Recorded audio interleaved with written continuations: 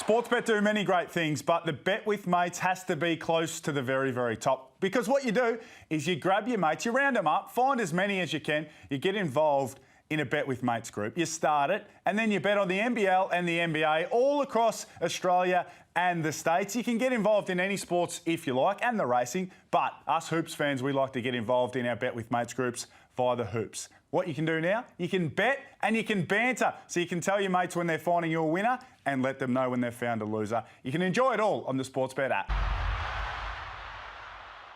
Chances are you're about to lose. For free and confidential support, call the number on the screen or visit the website.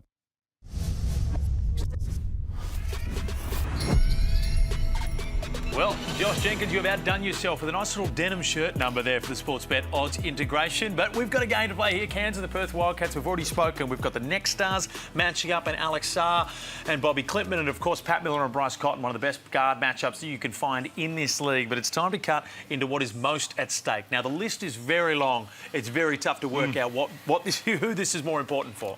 I'm going to go with Sam Wardenberg on a personal level because we've seen how good he can be. This season, he's been a bit down by his own lofty standards. There's no doubt about that, but he's coming off a 20-point game. He had 13 points before that. And for him, a lot of it is the shoulders up. So I want to see him continue this consistency, continue this trajectory, because he needs to be their starting big man. We know what he can do. He can step out and shoot the three when he is shooting with confidence. He can get others involved. He's got a great touch to find other people with his passing ability as well. So I'm looking forward to seeing him continue this, but he's got a tough matchup ahead, right, against Keanu Pinder, his old teammate. Jenna? I'm saying Cairns. We spoke about that ladder log jam in the middle, and so Cairns need to get wins on their home floor. So for me, it's the Cairns Taipans. They need to win tonight. Certainly need to work their way up the log jam. Derek Rucker will bring you back in, my brother. What are you playing for this one? Most at stake. Thank you for inviting me to this game. I wasn't quite sure of the rules. Pools went real specific. Jenna, I was thinking more like you in terms of teams. But I've gone the Perth Wildcats. They've got to get this one tonight because their next game is against their rival, Adelaide. They can't afford to go into this with another loss. So tonight, Perth must have this one. Therefore, they have the most at stake. Thank you, D-Ruck. Enjoy the game. D-Ruck's going to be courtside the entire game, giving us what's happened behind the timeouts. I tell you what, these are the sort of matchups we want. We want plenty at stake. I want to get a quick Bryce Cotton point projection. Oh, OK. 24 and a half, I think I would say. I think you're over that. Somehow he's going to find a half point in there. 25. I'll say 25. Yeah, I'll go 20. 20. Well, you two are going to be taking us through the game. So jump over there into the commentary booth because we are set for a cracking game. You want youth? We've got it with the Next Stars. You want current superstars? We've got it. Pat Miller, Bryce Cotton matching up. Both teams desperate need of this win. Cairns Perth starts now.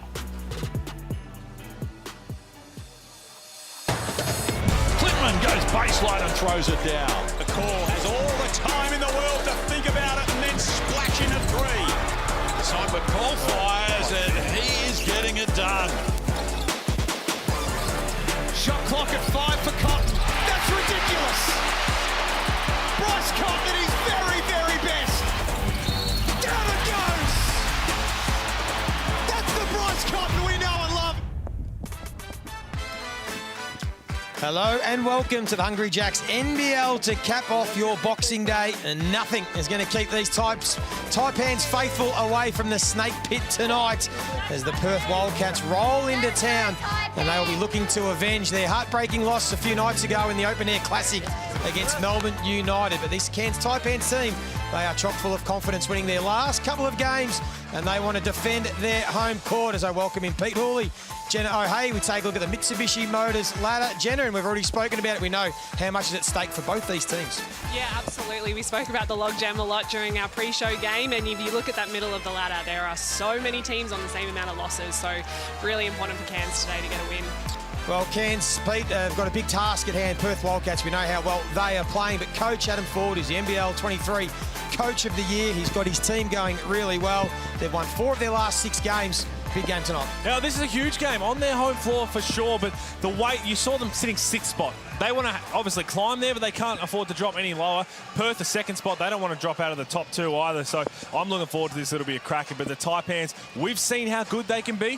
When everything's flowing, when they're knocking the 3-ball down, they're locking up defensively, they can beat anyone, but they can also lose to anyone. They have had a couple of stinkers. And Jenna, he's up for Coach of the Year. John, really what he's been able to do with this franchise and turn them around. They've won 7 of their last 9 games.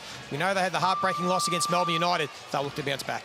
They really will. That heartbreak loss the other night would have really stung. They've been on the road. I think this is a really important game to really bring them together. On the road over Christmas to get this win would be huge for the club. And Pete, this was one of the performances of the season. Bryce Cotton sitting at home watching this, you're almost giggling watching it how well he was playing. They tried to do everything to stop him and they couldn't. It's funny because we talked a little bit about his slow start in the pre-game, only averaging 14 points in his first 5 games, but what he can do, and it's no surprise, he was warm like a glove. Delhi was all over him. Shayley was just being really physical, trying to rough him up. But what he doesn't do is get tired. Plays 45 minutes. He continues to do the way he does at a high level, does not ever take a step back, and he hits big shots after big shots. It wasn't enough to get the win, but Bryce Cotton is rolling.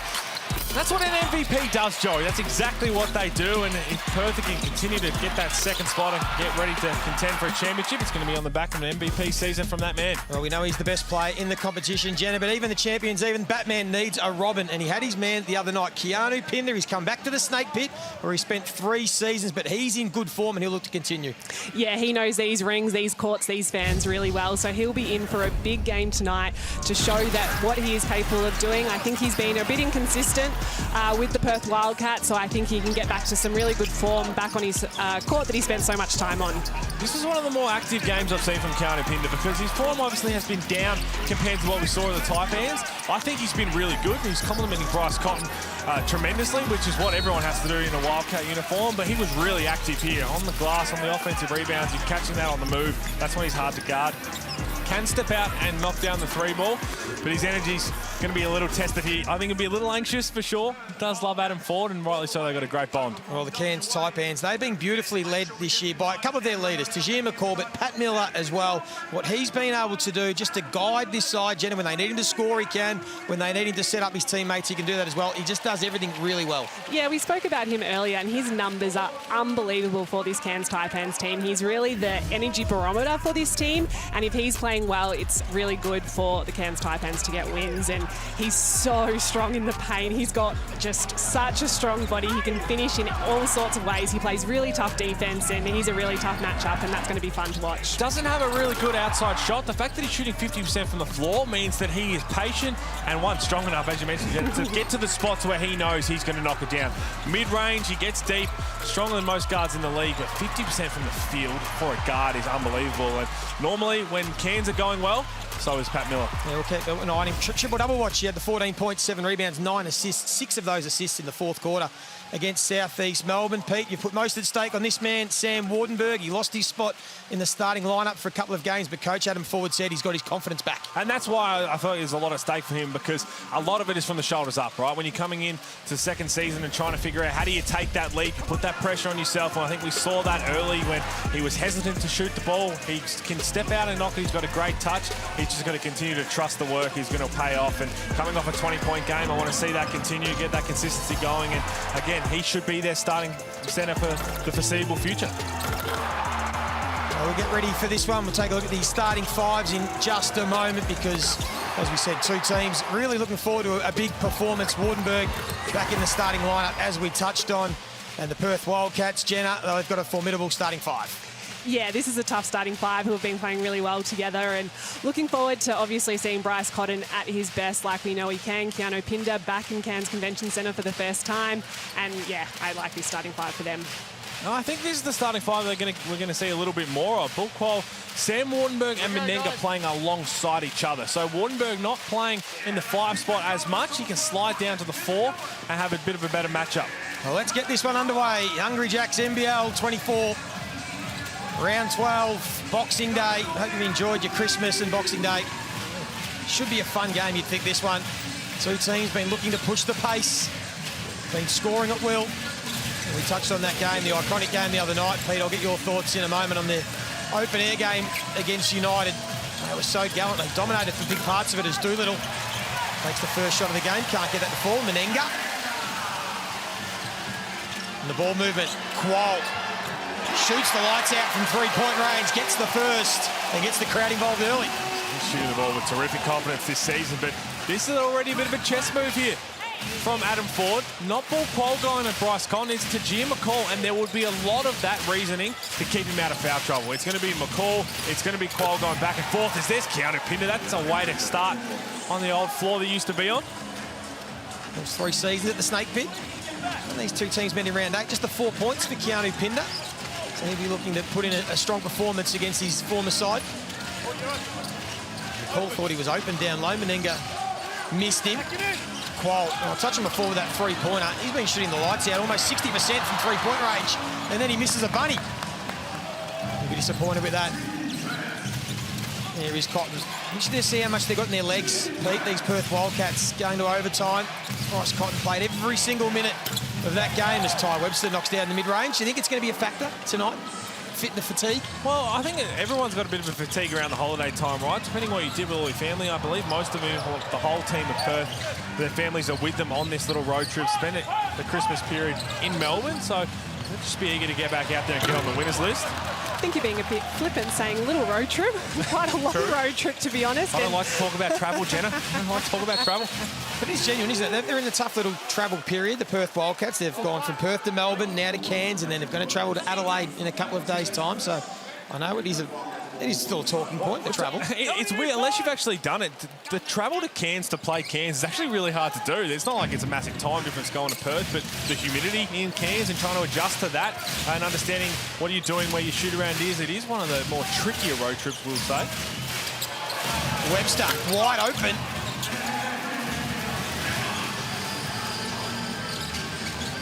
Both teams have spoken about playing with a bit of pace as McCall, who's been in terrific form this season, couldn't get that to fall. Menenga, 2 or 3 cracks at it. They've left a few points in the paint here. The Taipans early. Here's Cotton's first look. And he just continues on his form. I'm sure that's a good sign for anybody. Any opposition team, if Bryce Cotton knocks his first one down, normally in for a long night. I think my 20 points is looking a little low already. I'll try and make him work for every bucket, but they had a couple of bites of the cherry on the offensive end. 3 offensive rebounds. They couldn't get it to go. Keanu Pinder, he can push in transition. Found Bryce Cotton. Feet set. Knocked it down. But, geez, he was enormous the other night against Melbourne United, Joey, as you mentioned. Where'd that game rate for you? Oh, it's easily the game of the season for sure. I mean, take all the spectacle aside. The fact that they went to overtime once again on that floor, they did it a couple of weeks ago, and all the stars were shining. Everyone stepped up, and just the way everybody played through the contact, there was so much physicality and the big shots after big shots, and Ian Clark coming in with some daggers in the overtime. Well, let's bring in the smoothest man in the NBL. He's courtside, Derek Rucker. Thank you very much, Lee. And we know that there were some problems today with the floor up here. The air conditioning unit broke in the convention center. They think it might all be related as Pinder tries to make it a very unhappy holiday for all of the Cairns big men, the Sams included. But the building basically was sweating this morning. The walls were dripping because of the humidity outside had caused extreme condensation inside, which affected the floor. The teams weren't able to get on the floor, but it's all been resolved now. It's nice and cool in here. It's absolutely on fire outside, but it's a packed house. It's going to be a big night. Thank you, Derek. We'll cross back to you. Was that a sign of Keanu Pinder's intent in this game? Oh, he looked angry. That could have been dunk of the year. And I think that all that happened was that he just missed it. He tried to dunk that with such ferociousness that I think he hurt his hand a little bit on that one. And there is Miller just bullying his way inside. They've missed about 3 or 4 under the bucket. The Taipans as Wildcats try to push the pace. I'll keep possession. Oh, here we go. Listen to the replay. Talk us through this one. Well, it's a great pocket pass from Ty Webster. And there is a little bit of anger in this, and he's just flat out missed it. He's frustrated too with it. He's just back rimmed it. You want that one back. Saw some massive dunks the last few nights as Hiram Harris thought about it and then gets inside. Good finish with the right hand. Nice fast start for the Wildcats. Nothing flashy about Hiram Harris's game. He's just the ultimate trust guy. Comes in there, you know, he's going to play really solid defensively. He's going to do all the right things on the offensive end and get to the right spots, as we saw there. Here's McCall. Fortunate to get the ball back and finish it with the left hand. Of course, they've won 4 of their last 6, the Cairns Taipans. Last weekend, they beat South East Melbourne by 19 points and Brisbane by a point. They're just making some inroads in this competition now after a bit of an unsettled start to the year with injury and travel. As Harris now, the three's fouled. Big mistake from Sam Mortenberg. Didn't have to do it. That was just way too overzealous on the closeout. Especially on Harris. Just a silly foul, that one. There's John Riley, Adam Ford. So we touched on the travel for the Perth Wildcats and their little busy schedule. We know it's a busy schedule for most teams over this Christmas New Year period, but Cairns Taipans in the middle of 6 games in 17 days. This is their 4th game in that stretch. And as long as you recover right, as a player, you'd much rather be playing than practicing, right? Because you do have those tough losses, you get a chance a couple of days later to get back on the winners list. And the beauty of it is you can really use it as that team bonding to really come together at the right time and catapult yourself in the back end of the season. And you mentioned on jumping in Hiram Harris. Okay? He does shoot 33% from 3, but Sam Mortenberg jumped him like he was Steph Curry. There's no need to clean up and send him to the free throw line.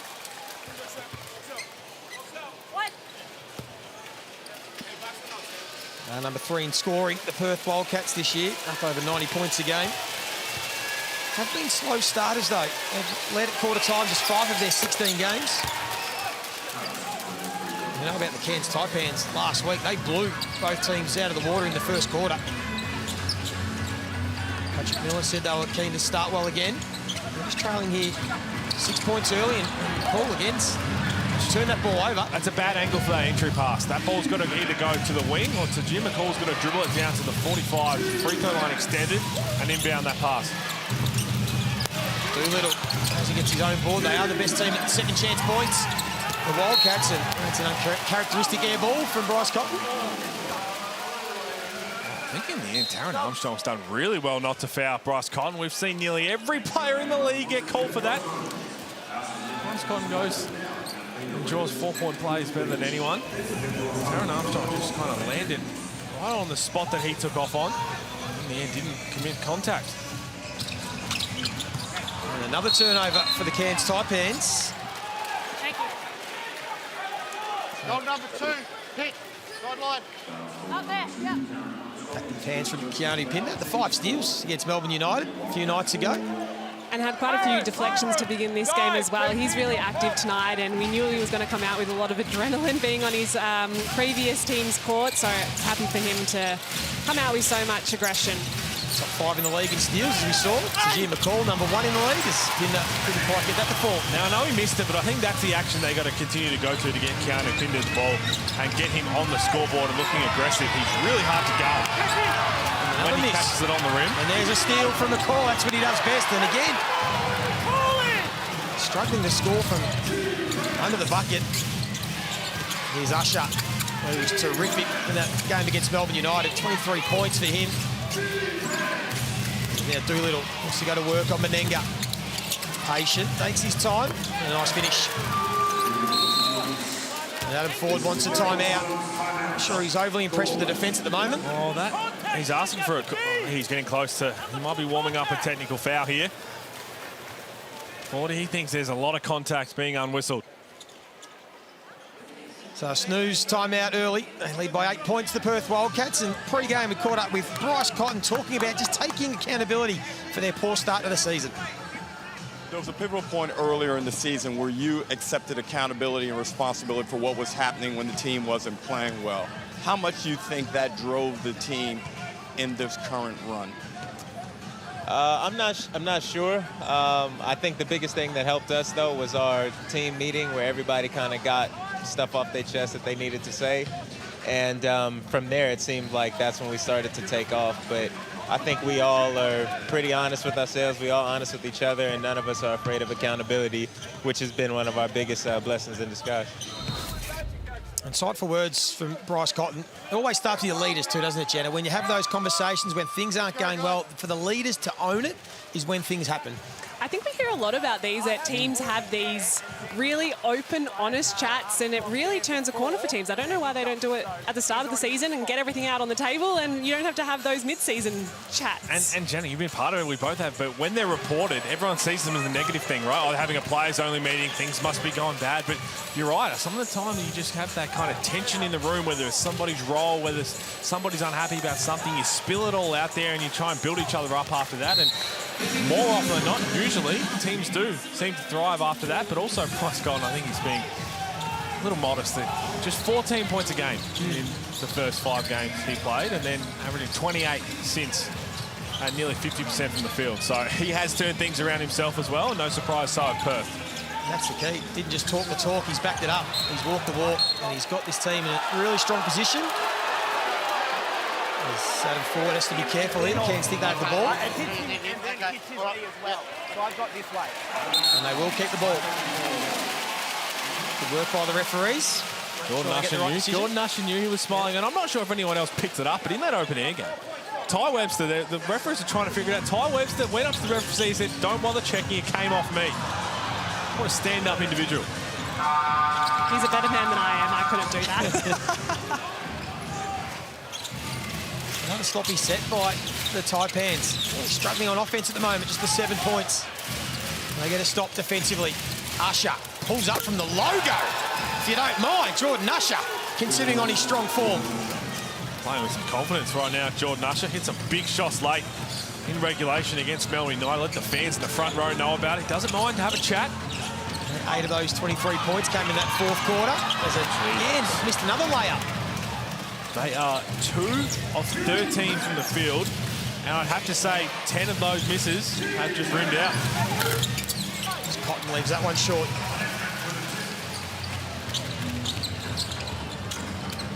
The offense has really improved, the Cairns Taipans, from earlier in the season. As Wardenberg fouled by Keanu Pinder. I spoke about, they're averaging 83 points a game, Pete, in their first 11, the Cairns Taipans, but their last 6 averaging almost 99 points. You take a look at the Harvey Norman replay of Jordan Usher. Adam Ford spoke about the change in the flex offense, the one they learned under Trevor Gleeson. Can you talk through us a little bit about the change in their offense, the Cairns Taipans? Yeah, I mean, the one thing for them is that I think the injuries, they had so many players out that they just had to get bodies on the floor. And again, Taron Armstrong was recruited to be the starting point guard. He was injured for the start of the season, so Pat Miller had to come in, and you couldn't put him to the bench with how well he started and how well he's fit into this system. And once everybody else comes along for the ride, things will start to click. But they had injuries, they had sickness, they had the NBA trip in there as well. So all of that, and why they were still around the mark is they were really good defensively. And as of late, the last few games, they haven't been as good as they were, so they'll be looking to try and put it back together. And once they get both sides rolling, they're going to be a tough team to beat every night. Wardenberg checks out of the game. 4 points for him. Coming off 20 points the other night. It's the second time this season he's had 20 plus. As we said, went through a bit of a slump a month or so ago, but good to see him back. Got some work to do, and that was...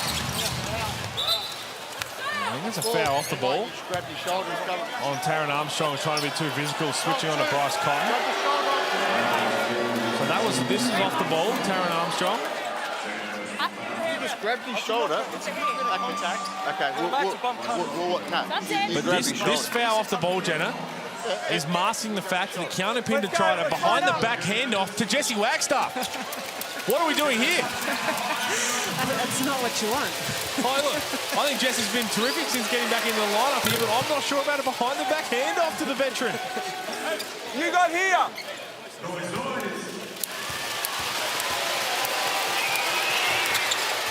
Almost 87% from the free throw line. Bryce Cotton almost automatic. Lead by 11. Fast start away from home for the Perth Wildcats. Menenga was given space. They could look to take it. Defense here from Perth. Shot clock down to 5.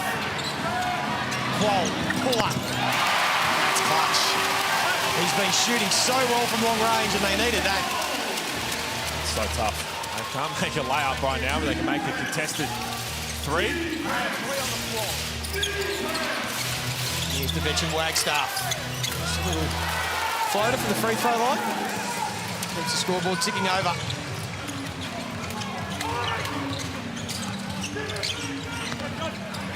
Here's Taran Armstrong. Great experience for him on Bryce Cotton. He shows him a clean pair of heels. He came into the league really highly touted, and I think he started a little bit slow. I think he's slowly figuring out the pace and physicality of the league, and that was a great move down low there for him against Bryce Cotton. Well, Pete Davenport was keen to speak about him post-game in that win against South Beach, saying some NBA GMs were just asking about him. He's still on the radar. I mean, this is a kid who only played 2 years at college, right? And Adam Ford had the inkling that he potentially might want to leave early and had that conversation. I wanted to get him into Taipans colours. The injury at the start of the season couldn't come at a worse time, right, for a college kid who's coming in with that highly touted, as you said, Jenna. So all of that, the weight of expectation, but he's got a great feel for the game. And he's only going to get better and just understanding as the more he plays against men. And you can just see there, that little snake dribble to hold off Bryce Cotton. It's just a touch that he has and understanding of how to play the game. Yeah, struggles from in close continue. Cairns is 4 of 16. Assar left wide open. Both next stars on the floor. Alex Sarr and Bobby Clinton. Walt, he's feeling good. And lets it fly again. 3 from 3 from long range for Bull Cole. And he's almost single-handedly kept the Cairns Taipans within reach in this first quarter. This season right now for Bull Cole, it's called betting on yourself. Got the 1-year deal, enters free agency again. To show that he can be an offensive threat. Does Miller look for him again? He does. He pulls up in transition.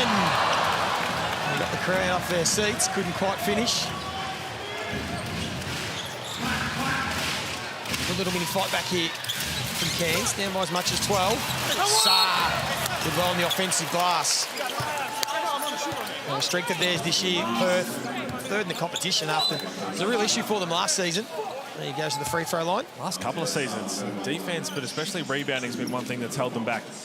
And don't miss your chance to be a part of the world-famous Harlem Globetrotters World Tour as they take to the court with moments of extreme fun, basketball innovation and unparalleled fan fun.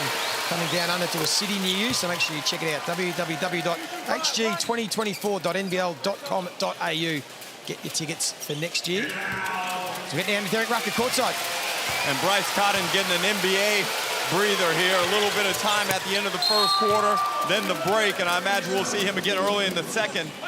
John really would be hoping that they can get a nice final minute here and kind of push that lead out, because Cairns has done a really good job of repelling that early onslaught from the Wildcats. Just a little 48-second breather for Bryce Cotton. Also, we talk about travel. How many D-Ruck's been traveling a little bit as well?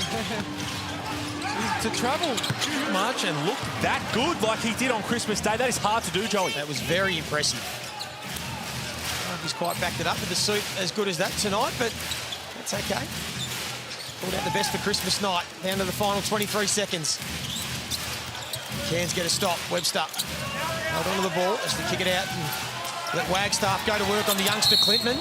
Draws the foul. I mean, here is my still concern with the Perth Wildcats, right? The way we've seen them play recently, and they're the second best team in the competition, Bryce Cotton's played nearly every minute.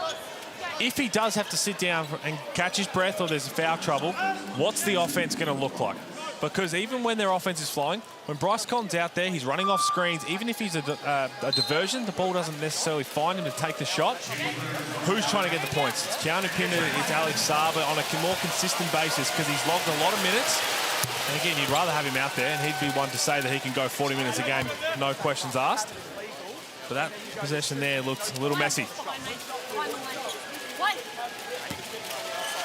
think with 3 road games in 6 days, he's just going to need some minutes. Bryce Cotton won't be for too long. As Cole Zudik checks into the game. The Perth Wildcats, so final play of the first quarter. And a good one by Perth.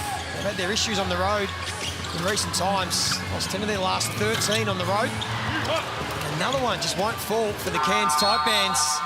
Had their struggles from in close. Well, Quoll was able to keep them in it, but the Perth Wildcats looking to bounce back from that heartbreaking loss against Melbourne United. They lead this at the Snake Pit by 9 points.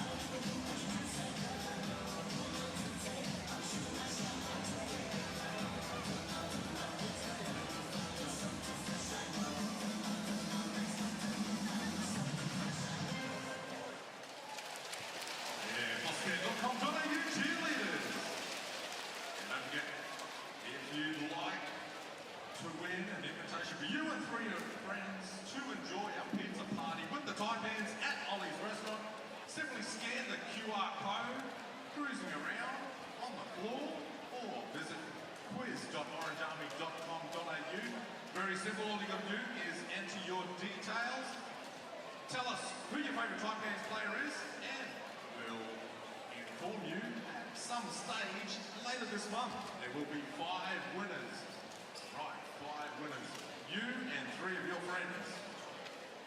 Indulging in authentic Italian pizzas. Yum. Thanks to Ollie's Restaurant. One of the most picturesque locations in Cairns. Y'all ready for this?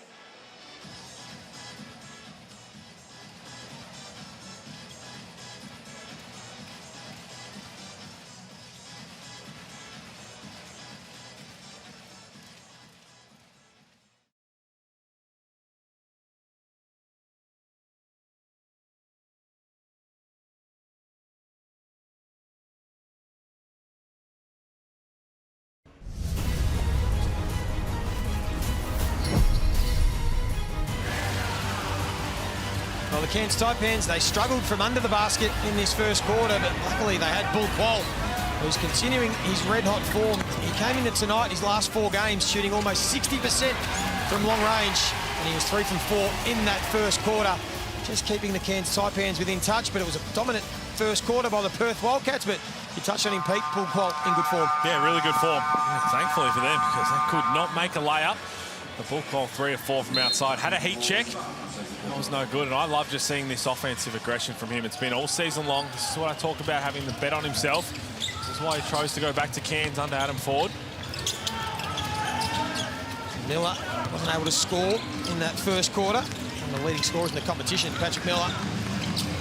Great point guard matchup with Bryce Cotton as Clintman again missed another one from under the basket. We'll get down to Derek Rucko, who's taking a listen in at quarter time. Well, John really was very happy with the defensive effort. He liked how they were building the wall. The only thing is he and Jesse Wagstaff both pointed out they got to find shooters in transition. And Jenna, check this out. The Taipans are 2 of 14 from the 2-pointers. You know what that means, baby. Time to break out the threes. I think they had too much Christmas pudding yesterday. I was thinking that. I think they might have had a nice little feast. Yeah. Here's getting to work, gets a finish.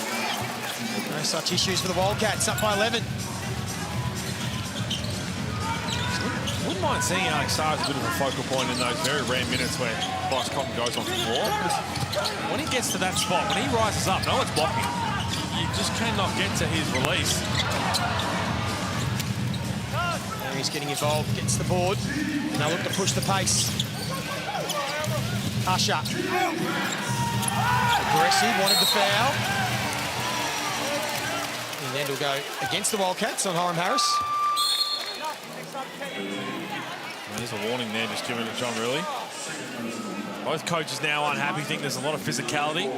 And to be honest, Jenna, I think this is part of Adam Ford's thinking. So there was a lot of talk about the physicality of the Melbourne defenders on Bryce Cotton off the wall. And I think that he might be thinking the referee's going into this one to have a bigger eye on that, just to see how it goes, which is why he's kind of kept Bull Qual off Bryce Cotton, because I don't think he has an off switch, Bull Qual. He knows one way to defend and one way only. I agree with you. I remember doing a lot of Cairns games last year, courtside, where he'd be on 3 fouls at halftime. I'm like, are you going to play any different? He's like, nah. No, can't do it. He only plays hard, but I also think it allows him to be more aggressive on the offensive end, not having to guard Bryce down on the defensive end, which has worked well for them in that first quarter. Kroll takes a seat, Clinton steps up. He knocks down a triple. He's been a little bit quiet by his standards early in the season, the last couple of games, but he's got the matchup right now against the next star. There he is at the other end. Who's been the more impressive of the two for you? Oh, goodness me, Joey. Out of Clintman and Sarr. For me, it's Sarr. I mean, I think it is. Looking at the whole season. Again, you say more impressive. Have a look at this. Firstly, the Clintman 3-ball. He can step out and knock it down, and then nice little punch pass from Keanu Pinder. And Sarr knows how to finish that nice and easily. Doesn't have to get off the ground. All the whole Next Stars program designed is if you enter as one player and leave as a better player, don't even necessarily have to look at numbers. That's what NBA scouts want to see. How you improve playing against men in a well-respected league over the course of a 28-game season. I think both players are continually on that trajectory up. I think they have massive careers in the NBA. I think both have great NBA bodies ready to roll. Patrick Miller gets his first bucket for the night. And there he is, good defence at the other end. Now Clintman showing some handles, just wasn't quite on the same page as Miller. I'll blame Pat Miller there. You're the point guard. You should know that everyone's trying to find the rock. It's a good little move from... He's normally finding people not on the receiving end of it. Australia, they might have taken it by surprise. Here's Usher again. Already knocked one down in that first quarter. Couldn't get that to fall. Chance here for Taron Armstrong to run the offense. Again, he likes to match up on Cotton. Got some separation and then a good feed into Clintman. It's that feel for the game that I was talking about. Little push off on Bryce Cotton. Created the space and then he drew the help to come all the way across. Here's the handles from the next star, Bobby Clintman. A little behind the back. A little crossover and now Pat Miller just turned his back at the wrong time. What happens though? If you are going to turn it over, just make it look pretty like that. So Bobby Clintman, just a total of 16 points in his last 3 games, and he's held scoreless when these two teams last met in round 8. The only time this season wasn't able to get any points, but he got 5 early in this one. Some pretty good form. And they get back within 6 points.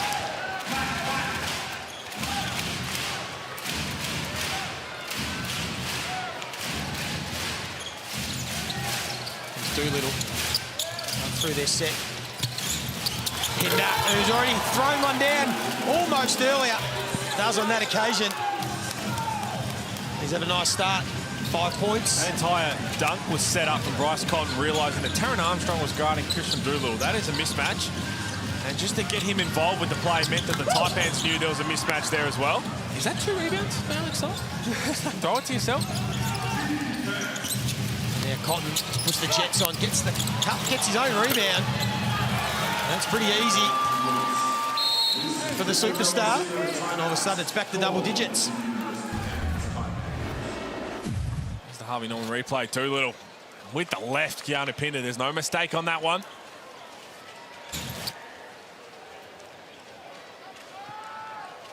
Beautiful pass, and that's the finish he wanted on the big one. The Wildcats are really looking at those pocket passes. Any pick and roll action, they are looking for that, and that's a great finish by Pinder. That's a snooze. Timeout. There is Coach Adam Ford. We spoke about the troubles for the Cairns Taipans early in the season. They had some issues, and consistency has been a big talking point for them. Pete, just talk us through their form in December. They finally got back-to-back wins only the 2nd time this season, but they've been very up and down. I mean, the game against Brisbane, that's the Sunshine Stars. The rivalry's got a little bit more in that. Melbourne United, what a huge win that was. They put up 115 points, and everyone thought that this Cairns team, that's what I talk about, their best and their worst are completely different. They're so far apart. Win over Adelaide, New Zealand, they're coming now. They're playing some really good basketball, and they had the win against the Phoenix as well, who are heavily undermanned. So we've seen what they can do.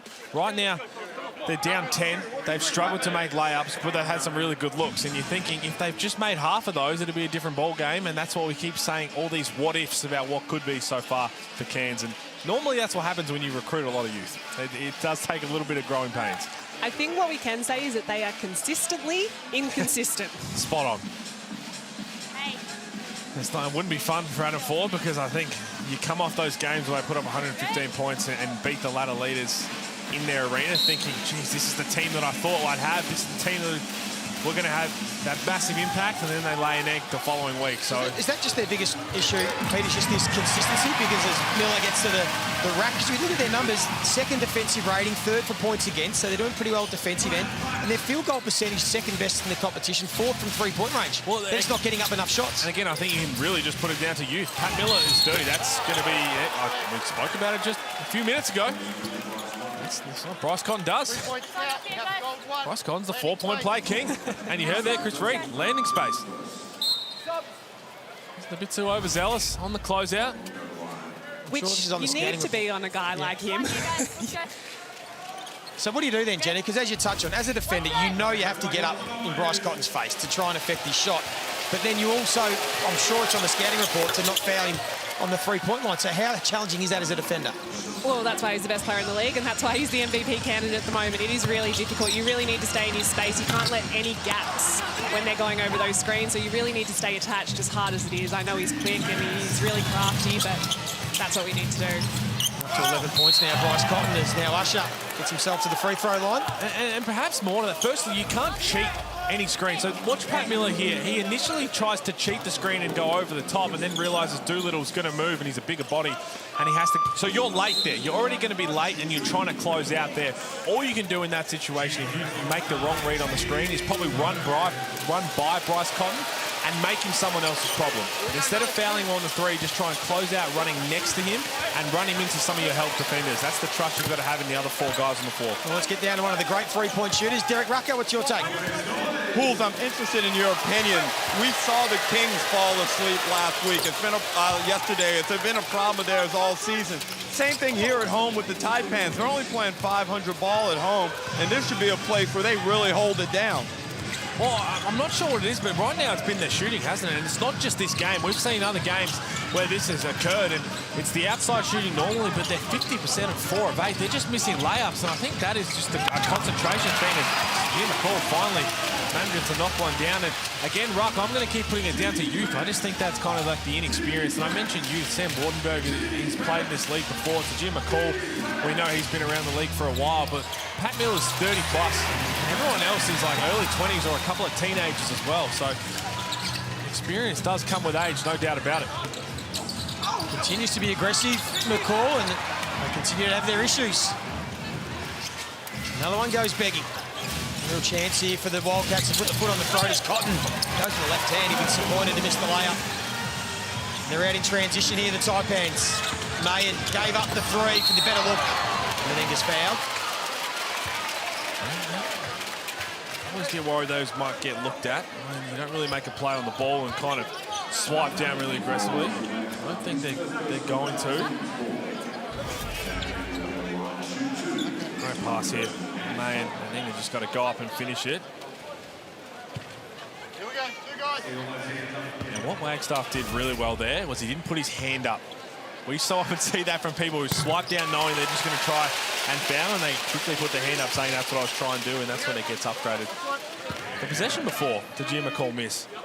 That was defended by Christian Doolittle. I went on record a couple of weeks ago. He's an unsung hero in this run from Perth. After the first 5 games, I expect him to be a finalist in the Defensive Player of the Year. I think he has been enormous. He's criminally underrated. Sliding down to the 3 spot has been godsend, and he has been unbelievable since that positional change. Cotton again. He wanted the foul. He gets the bucket. He's just helped himself up to 13 points. Now Mayan took the 3. They continue to push the pace. Wagstaff. Hands off to Usher. Pulls up again. He's already let go of a few. Yeah, just over 4 minutes in this first half, so getting some points on the board here. The Taipans give up too big of a lead. Miller spoke about his outside shooting. Pete, it's probably not the ideal offense for Cairns. Well, so that's the boomerang, right? So you've got a mismatch as a guard with a big who's defending you, and you throw it to someone else to get a fresh set of dribbles and try and go at your mismatch down the other end as counter defender. That's too easy. And then you just settle for a 3. Pat Miller can't do that. Here are the moves going, the possession right before that. It's just a bit of a brain fake. Disappointed with the basketball they're playing here. Cairns, Menenga almost coughed it up. The ball again. He's going to get the foul from Jesse Wagstaff. He wanted violation in the key.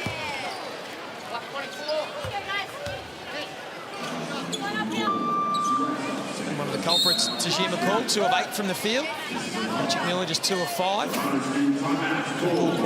None of 5 from 2-point range, but he's made all 3 of 5 from long range. On that McCall one, I'm not going to call all one, and it looks like he's got his hands like this when you jump into it. And when you make that shot, his hands are out, he's in front of you. Doesn't look like he causes the contact.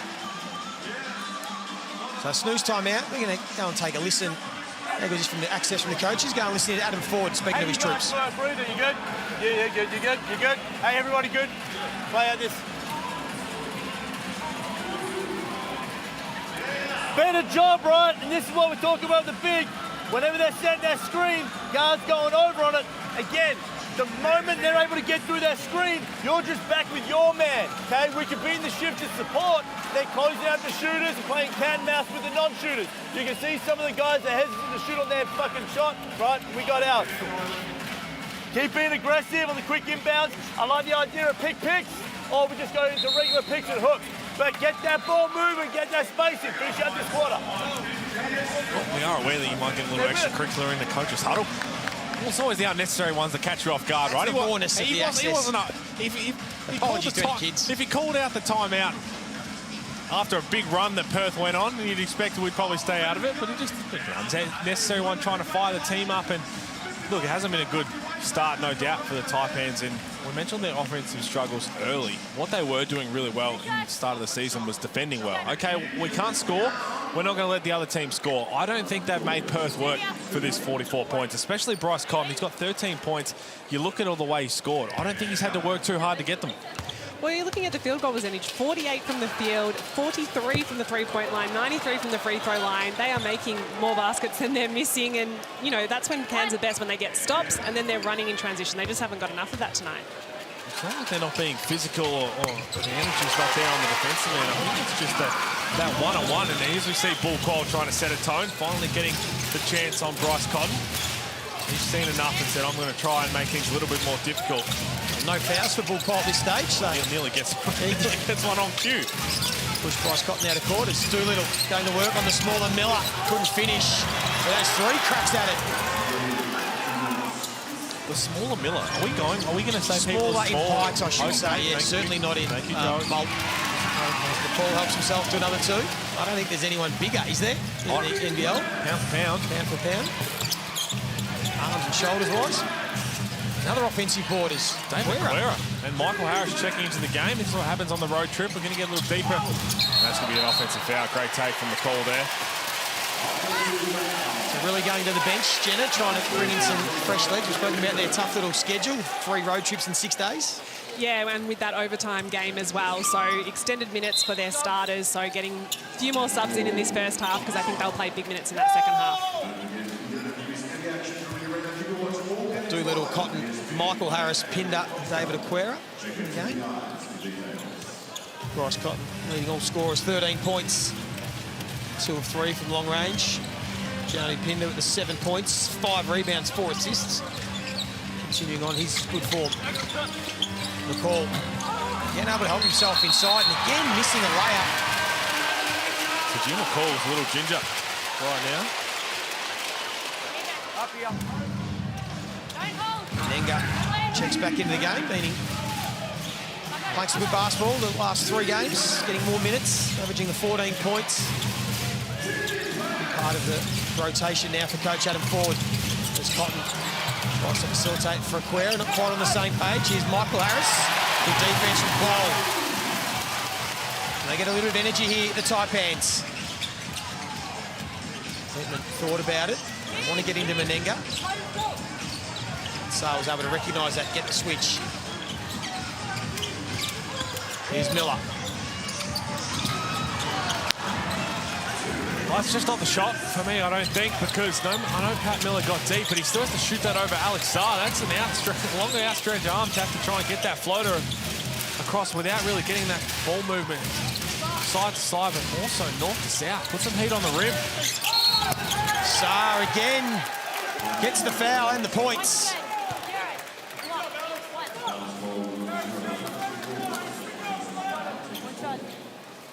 Already 8 points, 5 rebounds for Alex Sarr.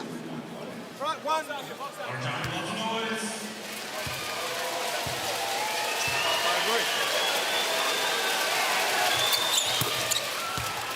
Averaging 9 points a game this season, shooting almost 50% from the field.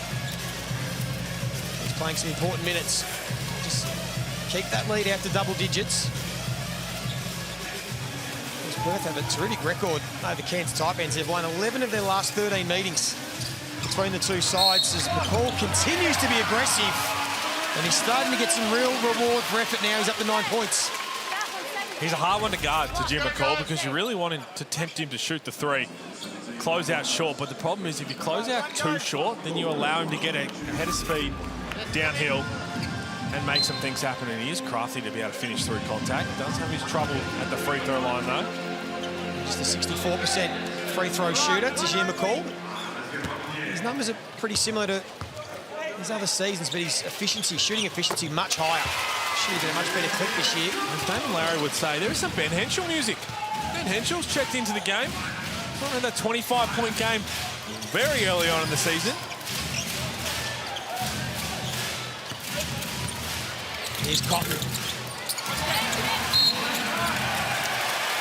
Commits the foul.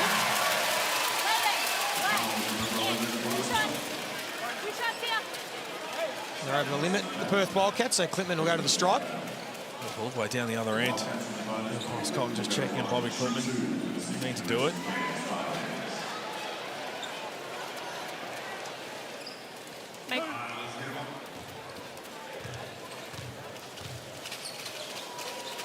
Of course, basketball fans, don't miss this once-in-a-lifetime opportunity to get access to the world-beating Chicago Bulls of the 90s. And Scottie Pippen, Luke Longley, Horace Grant, they all come to Australia. The No Bull Speaking Tour presented by Coca-Cola. Yes, sir. It consists of 3 shows in Hobart, Melbourne, Sydney in February. Don't miss your chance. Tickets available, nbl.com.au/NoBull. Oh, man.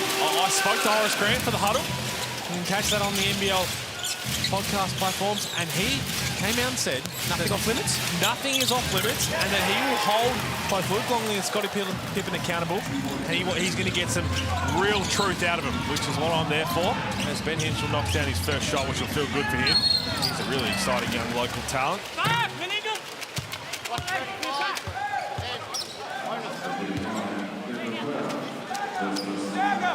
Clintman again will go to the stripe. We'll see some good minutes from these next stars. 7 points for Bobby. No rebounds. Apparently, Horace Grant has 1 pair of goggles left, he also said, and it's his most prized pair. Framed his goggles? Oh, he'd have a couple, but he's got 1 pair left that he said game worn, and if they were ever sold, he said once they'd stink. But it's his most prized one. I'm sure he's got to bring it down and show everybody. As Clintman gets his own rebound and draws the foul again. Cairns have not been good in this first half, and they're about to get it to single figures with 49 seconds to go. So I feel like this is good for them going into halftime. Yeah, 12-37 from the field, 32%, but how many layups and inside the key shots that they missed? You're spot on, Jenna. And they're not going to keep missing those. As we've seen in this quarter, they're starting to make that, they're starting to get on a roll. So leading into halftime, keep this under, double-figure points, and I think they're in good shape for this second half. And also on the flip side, I think what Perth has done is by going deeper into the bench, is they are resting a few guys too, aren't they? They're just realising, okay, we've got this little mini buffer here. Let's get an extended period of rest before halftime. Get some fresh legs out there in the second half, as fresh as you can be on this road trip. John really called a snooze timeout. We've spoken about this travel schedule for the Perth Wildcats. They went down to Melbourne in that open air overtime thriller. They got beaten, but they're up in Cairns now in the humidity, and they'll go straight across to Adelaide to play the 36ers, and then after New Year, it doesn't get any easier, over to New Zealand. It's tough. It's very tough.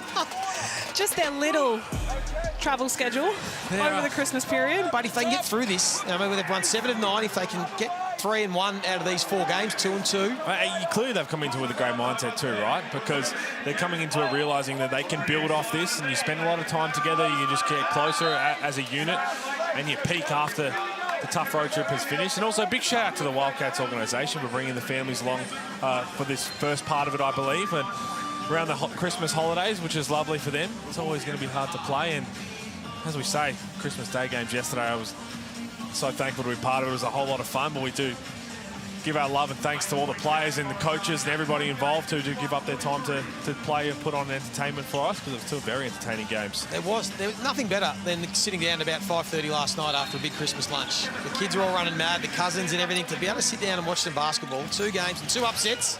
Of course, South East Melbourne knocking off Tassie in an upset away from home, and then the Illawarra Hawks about their performance. It was terrific basketball. And we're so lucky it continues tonight, and then again tomorrow night when the Brisbane Bullets host New Zealand. Plenty of NBL action. Going to hands here. Cairns just hanging around.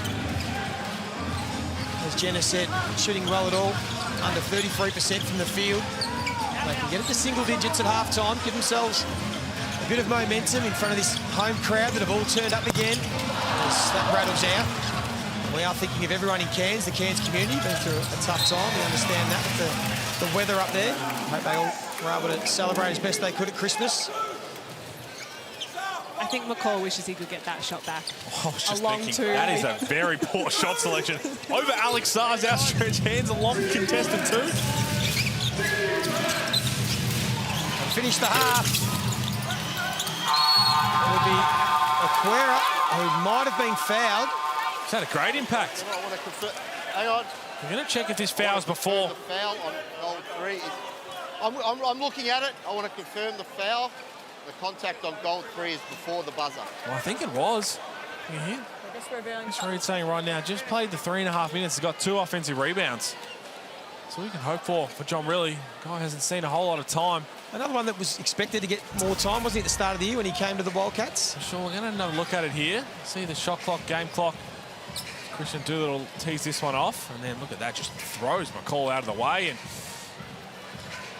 I think he got, yeah, absolutely. I think he shot the ball as it expired, so the foul's going to be right there on Tajir McCall. On the way back up on the shot. Well, it says on the way back up, but the foul's on Menenga and he's passed then, so there is no foul there.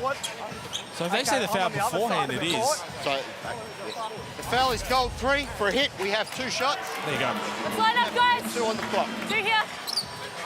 Oh, yeah. No. It looked right. And again, I think Chris Reed, when he said on the way back up, he just meant in that play, because there is a foul there, but on the way up, Menenga had moved on. The foul is definitely there. As soon as he caught that ball.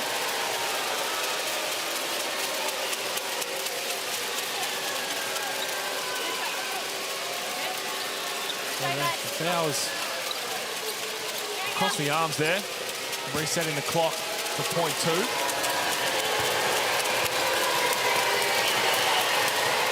Aquera knocks down the first.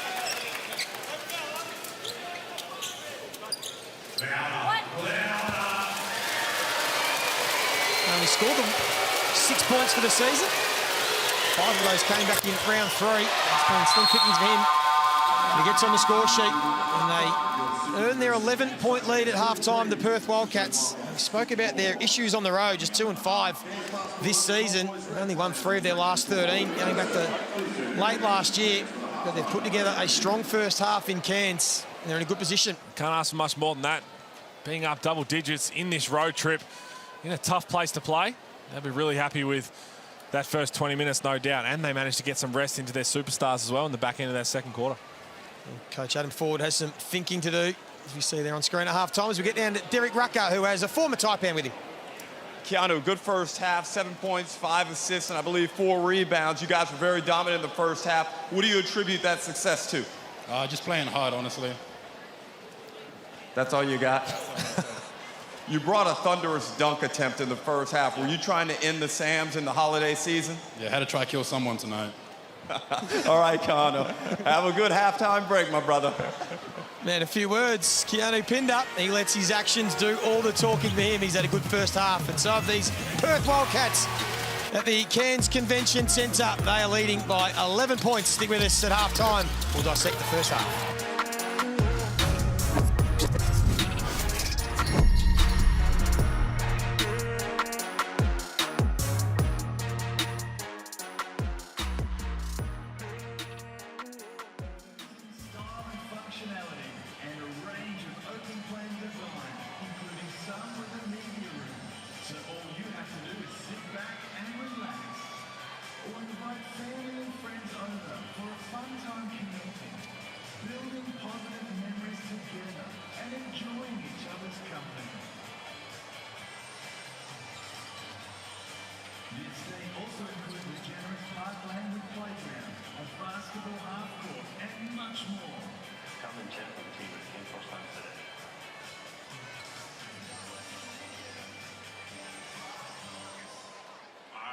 We have on court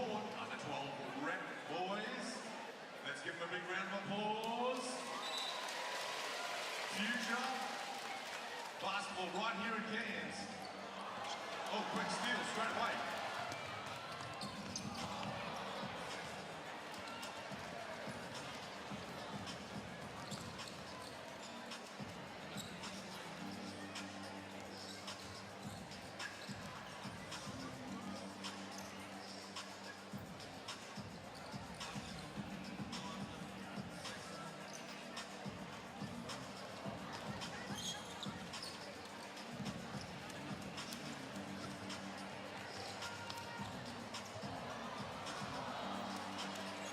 Good kick ahead pass.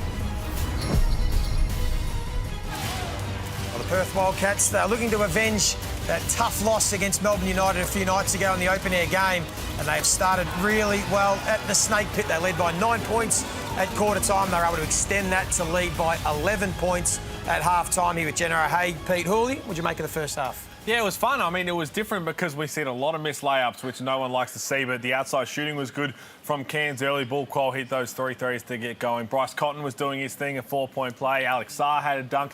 Keanu Pinder almost had dunk of the season, then finished it up with a couple of nice dunks himself. So the game is 11 points, but I feel like with how poor Cairns shot the ball, it's still perfectly in the balance. We spoke about Keanu Pinder, and he had a terrific game against Melbourne United. He did everything: 15 points, 9 rebounds, 5 steals, 4 assists. And Jenna, he's doing it again tonight. He's doing it at both ends of the floor, and he's making a statement. Yeah, I think he started off really well. He came out really aggressive. He had his hands everywhere, was getting on some steals. He had this ferocious dunk attempt where he said at halftime he wanted to kill someone tonight, coming back into the Cairns Convention Centre. There's the dunk that he made. I think he's been really terrific. 7 points, 5 rebounds, 4 assists, so that's a great first half, and I think he'll continue to do that in the second. And I think this is where they're starting to realise this is where he can be at his best, right? Because in the first part of the season, they kept throwing the ball to him in the block, back to the basket as we have a look at his Blackmore shot chart, and a lot of green because there are a lot of dunks and a lot of X's, a lot of dunk attempts right down low. He's not a guy who's going to be back to the basket the entire game. He's not that true centre. He likes to catch the ball on the move. He likes to get downhill. He likes to catch and rip.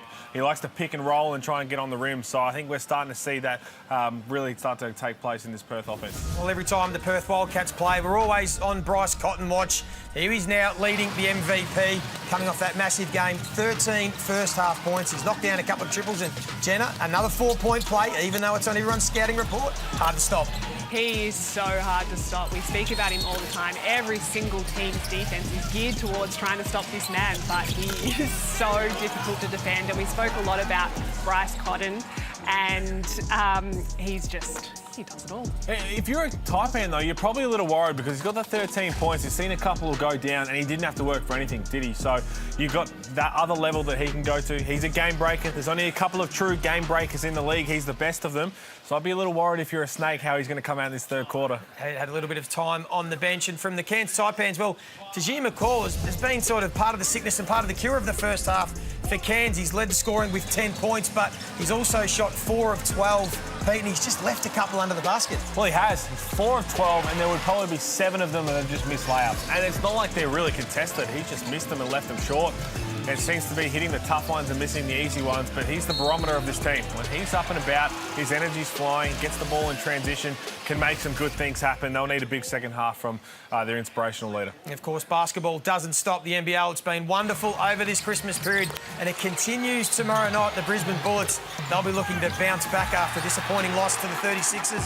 The New Zealand Breakers, they're coming. How's their second half of the season going to go? That will continue 7:30 tomorrow night from Nissan Arena. So enjoy your Christmas break, sit at home, watch some good NBL because it will continue. And we have a big second half still to come here from the Snake Pit. Can the Cairns Taipans try and get 3 in a row for the first time this year, or the Perth Wildcats, will they get back on the winners list? We'll find out straight after this.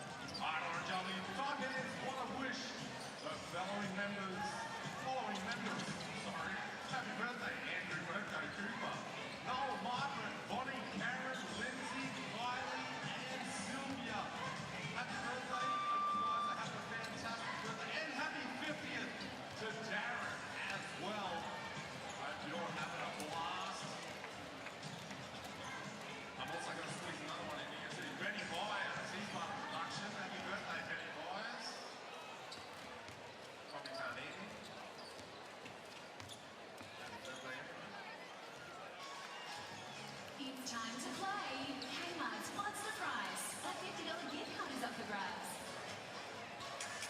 All right. As you can see up on the big screen, bongs, are they $3? Show us your dribble if you think they're 5. Show us a dump. Very easy to play. You can win yourself a gift card coming your way. Oh, nice to look at that. $3, $3. Is it $3? Is it $3?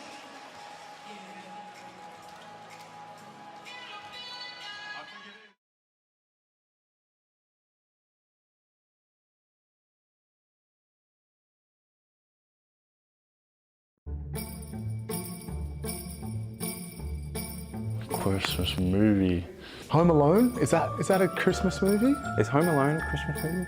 Elf's alright. Friday After Next? We'll go Elf. Elf? You know, I like the movie Home Alone. It's really not really a Christmas movie, but it is. I'm trying to remember what it was called.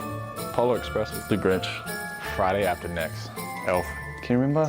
Oh, I gotta go Home Alone. Like the first one? Yeah, Home Alone. It's nothing beats an original, man. I'm gonna say Home Alone 3. Friday After Next. Home Alone. It's my favourite movie, I can't remember the name. Polar Express. Home Alone. Elf. Home Alone. The Grinch. Charlie Brown Christmas. Claus, like Klaus.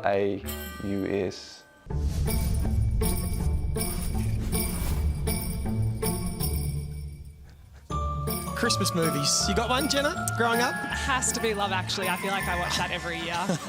Pete, you said Home Alone 2. I saw you put Oh, yeah, that was by far the best. Better Home Alone 3. That was one of the worst ones. We see Keanu Pinder, a former local, just a few fans still remember him. They have not lost any love for him, even though he's gone across to the Perth Wildcats. That's nice to see. Would have been tough to see him go, but Adam Ford, we know how highly he speaks of getting players rewarded for their improvement under him. But I keep talking about this man is an unsung hero in Perth form. 6 points, 10 rebounds. He's got 3 on the offensive end. Love the way that he's gone about his business in this positional change, going down to the 3 spot. He's got the size, he's got the strength, and good things are happening with Christian Doolittle on the floor. What did you say earlier? Criminally underrated? 100%. I think it's just because he's not flashy, right? He's just really solid, really good defensively, not just solid, and really solid offensively. And all of a sudden that leads to some wins. And I'll say High School Musical 3. Is that a Christmas movie? No? You'd have to ask if it's a Christmas movie. I feel like...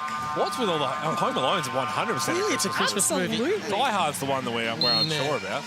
So big second half here at the Snake Pit. They've got to get a move on Cairns if they want to continue to stake their claim to climb the ladder. We saw the Mitsubishi Motors ladder pre-game, how tight it is. The Wildcats, if they can win this, just give themselves a tiny little buffer from the chasing pack and sit in second spot. They've still got 20 minutes of basketball to get through. And you think Adam Ford can get his team fired up. They continue to go into the paint and they continue to have their struggles. We've seen this a few times from Adam Ford this season. He likes to junk up some different lineups at different moments.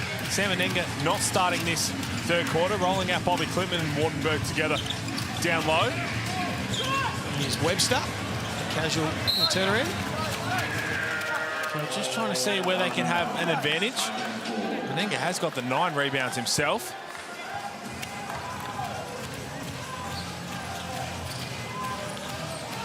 Here's Miller. Only got the 4 points and 1 assist. He's top 6 in the competition in both. The Bull Whoa! They got him off to a strong start. They needed his 9 points in the first quarter. Knocks down another triple. That's 4 for him for the game. And he's trying to set the tone. Guarding Bryce Cotton on the other end. Now this is always what happens, Jenna. You hype up someone as being an elite defender, and Christian Doolittle falls asleep on Bull Cole, gets screened. Knocked down for the guys already hit 3. And Derek spoke about it earlier. Cairns have been shooting well from the 3-point line this game, so I think they do need to let it rain a little bit and just get them up. Bryce Cotton's gone down the other end. You see him just getting back into the frame right now. Just landing on the foot on that closeout. Oh man, Bryce Cotton, he just keeps going, doesn't he? Keeps fronting up. He was asked about the minutes and all the attention he gets, and he just said that's just normal. That's what I've always copped and what I've always done. And he's doing his thing again as Wardenberg. He wanted the foul, but again, can't emphasise enough how many layups they have missed under the basket. And then Bryce Cotton does the same at the other end. Tries to work his way back court. McCall this time. They continue to attack. Back within 6 points. Thank you, Zadir McCall. I wanted that 40 seconds back. Just missed layups, you're right. Just 6 points. This is what we spoke about, Jenna, wasn't it? How poorly Cairns shot. It wasn't going to happen the whole game. It was an 11-point margin at halftime. It just felt like it was pretty even because of how badly they shot. It's going to be a black ball. It looked like Doolittle was the one coming over the top. I said the wrong colour. No, she said the wrong colour, referee. There you go. There you go. Just simply acknowledging the mistake.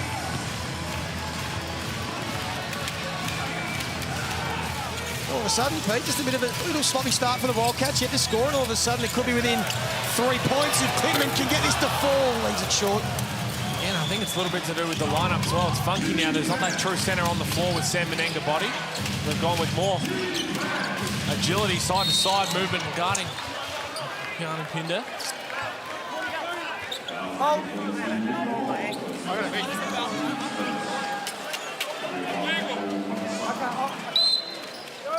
Paul Quoll picks up his first personal. We don't often say in the third quarter. Here's Ty Webster. Again, they want to go down to Pinder against his former teammate, Wardenberg. And again, goes with the spin. Last time Able to get foul. They're going to have to play that straight up because there's no help coming from the weak side. As soon as that ball goes into Counterpinder, it's basically 4-on-4 around because Woodpole is just sitting in Bryce Cotton's pocket off the ball. He's in his underpants in that far corner. Just trying to front lock everything, just not let him get any movement away from the play.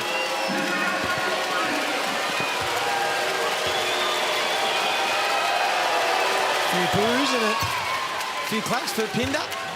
They'd be heartfelt boos. They can't be real. I think the Taipans crowd's a little bit confused right now. There's one from two. Normally they get booed for making the free throw. That's why, because they're burgers. It's Christmas time. Was. Still is. Ball movement from Cairns.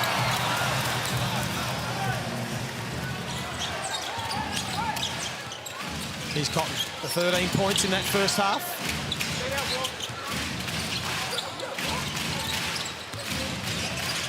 Doolittle. Shot clock down to 8. Go back inside to Harris. Adam Ford can't believe it. He thought he was out of court when he touched the ball. And now Miller, a little bit reckless and out of control. That was blocked from Doolittle. Got his hands on that one. That's going to be a blocking foul. Cool. Ultra aggressive. Already taken 15 shots. Warning, enough! Black 13, flop. You're going to fourth now. Picked up a warning as well.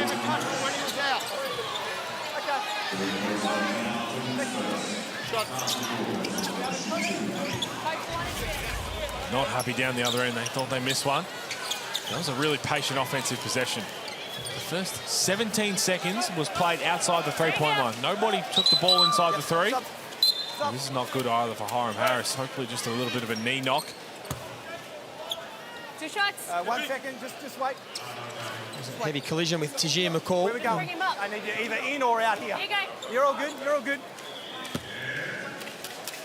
Shooting at a pretty good clip from the free throw line tonight as a team. The Cairns Taipans. Joey. I say that. Joey. They were at 15 of 17. I was going to say they're last in the league for free throws, but they shot 20 of 22 the other night against South East Melbourne, so I just thought they were in form. Commentators curse. Come on now. Apologies to Tajir and his family. That's 1 of 2. 2 eights.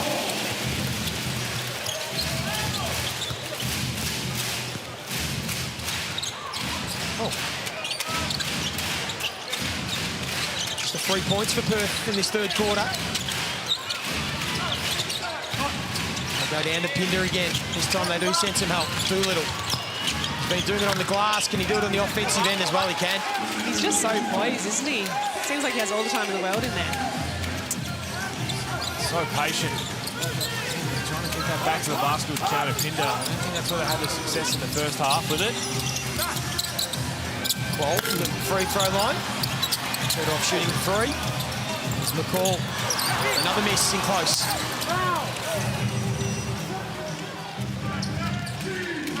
They got within 6, the Taipans, and all of a sudden it can be back out to 12. This time he did step out of court, Doolittle.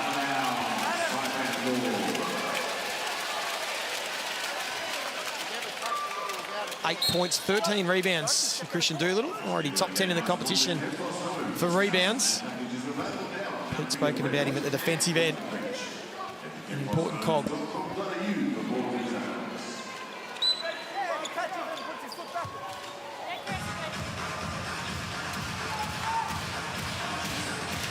Let's get down Derek Rucker, courtside.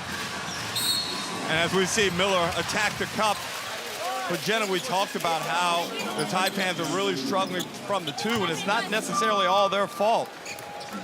Perth are really good defensively. They got a lot of length and athleticism inside. They do a great job of contesting any type of attack through the paint. So, you know, it's going to really test the Taipans' skill level to be able to finish around and over these guys. And then also it's going to put more pressure on that perimeter shooting. And let's see if it can hold up. But they've got to also generate some more looks for Bull Qual. Under 30% now from the field. Hey, it's a good point that Ruck raises because we keep talking about how many bunnies they've missed, just layups, but a lot of them, whether they're not heavily contested, they are still aware of the length of and the athleticism of Counter Pinder, but especially the length of when Alex Sarr checks into the game.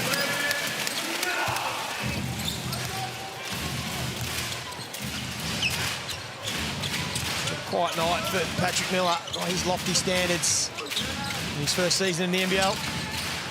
There is Saar. He goes upstairs. Wardenberg meets him. And the ball falls back into the lap.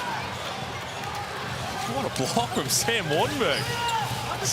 That is, we call that flirting with danger.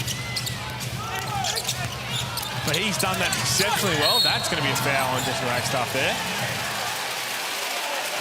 Sam Wardenberg, that is a very risky business decision, but he gets it. It pays off. Just beating Saar at the summit. When you're going up on the potential #1 pick, that goes one of two ways. Great first block, good second effort, and if he doesn't time that right, that's going to be shown a lot of times, and it's going to be shown a lot on draft night if that does not go the right way for Sam Wardenberg. Gone in to have a look at the most rebounds. You said Christian Doolittle, 13 rebounds already with 5 minutes to go. The most rebounds so far this season. 2 players have had 16. Would you like to take a guess, Jenna? Jeez. Not Aaron Baines. I'd go Alan Williams. Alan Williams is one, and someone surprising. Yes. Someone surprising, I do. As Cotton lets it fly. Kyle Bowen. That's it. That is surprising. In the throwdown, when Luke Travers got hurt, he stepped up, had 16 rebounds in that game. Oh, quiet for #5. Can't finish, but Menenga can. That's the 10th forward, Sam Menenga. He's got 5 offensive rebounds in his 10 rebounds. Continue to stick around. Perth can't put them away. Cotton likes the matchup. Goes to Wagstaff, gives it up. Here's Ty Webster. Goes baseline, draws the foul. Just the 1 bucket from Ty Webster. It's going to be Sam Menenga's 4th foul. Go, guys. Come in. Wagstaff has 3 fouls, and Hiram Harris has 3. Another players in foul trouble. It's unlucky for Menenga. Just came back into the game. Gets a nice offensive putback and then picks up a 4th and has to sit down.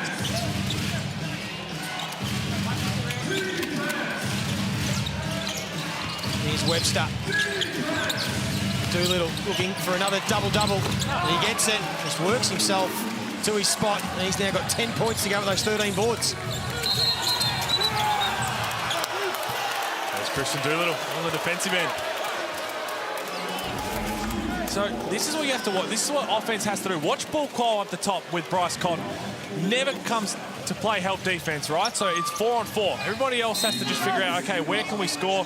That patience from Doolittle right there. Ball qual never leaves Bryce Cotton's side. So often when a player's playing like that, it opens everything up for everybody else and players rush. That's why Doolittle just taking his time, letting things play out, gets an easy 2. Hang on, guys. Subs. No sub. Okay. Okay, Gak was going to check into the game. Not yet. Doolittle just has a chat to John Riley. Here we go. Jordan Usher back in the game. Usher, Cotton, Saar, Wagstaff and Doolittle for the Wildcats. Usher straight away looks to be aggressive into the chest of Taron Armstrong.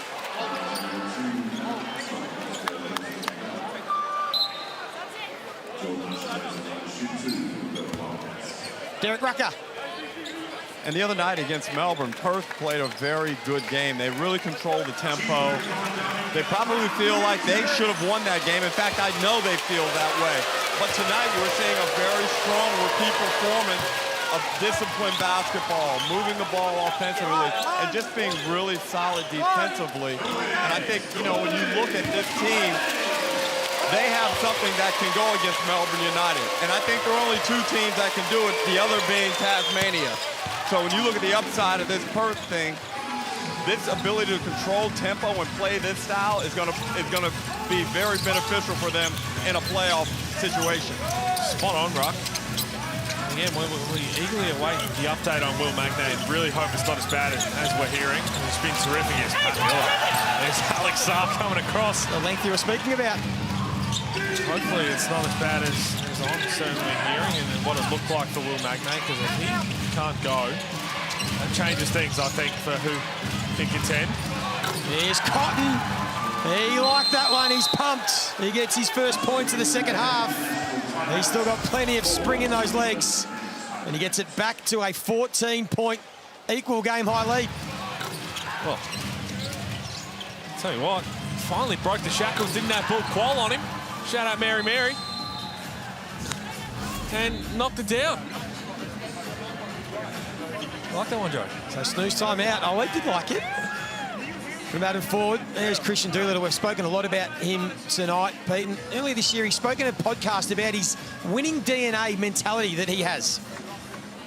I have 2 championships in Puerto Rico. I won one my rookie year, and I won one 2 years ago. And then this previous year, I won a championship in Japan as well. So I'm 3 for 3 so far in championships, and so I'm trying to make it 4 for 4 here in Australia. I don't play just to play. I play to win. I hate losing more than I like winning. So, you know, anything that I can do, you know, sacrifice myself to help this team reach the ultimate goals, which is a championship. I've been, you know, brought up saying that when the team wins, everybody wins, and so it's not. That's why I don't really get caught up in who stats or what or who shoots how many times. I just want to win, and so you know, anything I can do to help is my ultimate goal. I love those statements from him. And he doesn't just say it and then do the opposite. He says it and he follows through with it. He does exactly what his team is requiring him to do on this Perth Wildcats team. So I just love that so much. Spot on. And with all the reports about things going on in practice and how competitive he is, he's ripped down his 14th rebound. That's just a guy who hates losing. That's exactly what you want. We're starting to see him thrive in this competition, in this role. And he's goes about it very quietly. You just hear on that podcast. That's just the kind of personality he is, even though he tried to throw the cameras, the towel over the cameras. They knew we were talking about him. Nice sharp travel. And got McCall in the air. Just walked before he went towards the basket. Do they need to change it up? Pete, the Cairns Taipans now shooting at 28% from the field. They continue to attack the rim. They continue to struggle. 5 of 15 from long range. Yeah, well, what would you try and do? They're 1 of 8 outside of Bull Qual, shooting the 3. That's been an issue all season long, and that's not going to get it done. That will help from AK Gak. That's why he checked into the game. Yeah, with Menenga's 4th foul, I want to probably just put Gak in to just try and get some extra offensive rebounds. Just missed so many layups, so many underneath the hoop. The problem is you're going to get punished by the good teams, and that's what's happening. Bobby Clinton checks back into the game. 10 points for him with his 6 rebounds. Let's get back down courtside. Derek Rucker. Well, Pete, I think the Gak substitution is a direct response to the length and athleticism that I referred to before, and probably 40 has reached a real unfortunate conclusion that on this night, if I don't do something special with this personnel, Perth are better than us, and they're going to win this game unless I try and shake it up. This is probably his first move. Yeah, normally he just relies on Jim McCall to set a tone and get things going, but he's trying his heart out. McCall, as you see here, tries to get a steal.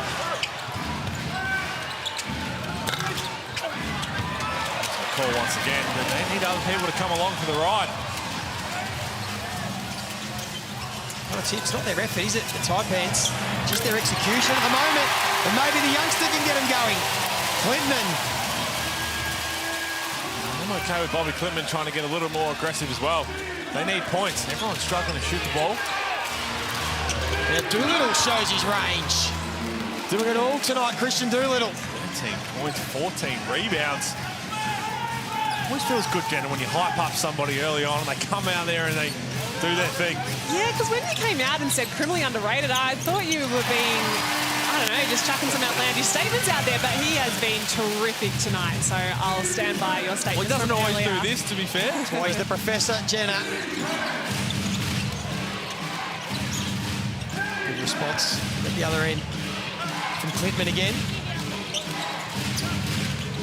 There's Doolittle. Cotton working hard off the ball with Qual, and there's Clinton again. He's top couple in the league in fast break points, and he's scored 7 points in a row for the Taipans. They try and get a bit of energy in the building. And John really calls a timeout, leading by 8 points. Take a look at the Harvey Norman replay. Here's the first one. Norman replay. Bobby Clintman steps into a three. We know he can do that, but this is where he excels after he wants the Doolittle knockdown. Of course, we're hyping him up, and then he's the one that commits this turnover. But out in the open floor, Bobby Clintman loves to live there because he can do that. And I think this is what Derek was talking about. Take out Miller, get some more length and athleticism for Cairns to match up with Perth, and starting to work and back to single figures. 17 points, 6 rebounds for the next star, Bobby Clintman. There's your man, Pete. Christian Doolittle, 50% from the field, 13 points. He's got the 21 as a season high for him. He's been enormous. Again, I felt bad because, of course, when you hype up somebody, they turn it over or do something that they shouldn't do. But he's just been really solid since moving down to the 3 spot. And again, it would have been tough. Anytime you come in to a team that there was so much pressure on the start of the season, right, after what's happened the last couple. But he's been enormous after the first 5 games. Bobby Clintman, 17 points, 4 of 6 from the field, 6 rebounds. I think he is going to have a massive impact on the next level. Looking forward to seeing both him, Alex Sarr, and a few others shake the commissioner's hand next year. He's climbing the ranks, Bobby Clintman. Next year, that's in like 5 days' time. Yes. Goodness gracious. Got a PB of 22 points for Bobby Clintman against the 36ers back in round 10. He might eclipse that tonight in a career best game. They might need him if they try and get back in this one as Cotton throws up a little party trick, gets it to fall. And the hot hand continues. Well, you run out of words. You do. To be honest. He's just a freak in the most endearing way possible. He's an absolute freak. Whether you're a Perth fan or not, you just have to love watching this man play basketball. Oh, no doubt. Once he's playing your team, this is the only 2-hour window where you wouldn't like him if he's playing your team. Just casually creeps his way up to 19 points to lead everyone on the court. I'm sure the box score keeps stats for the rim, but the rim officially has a block.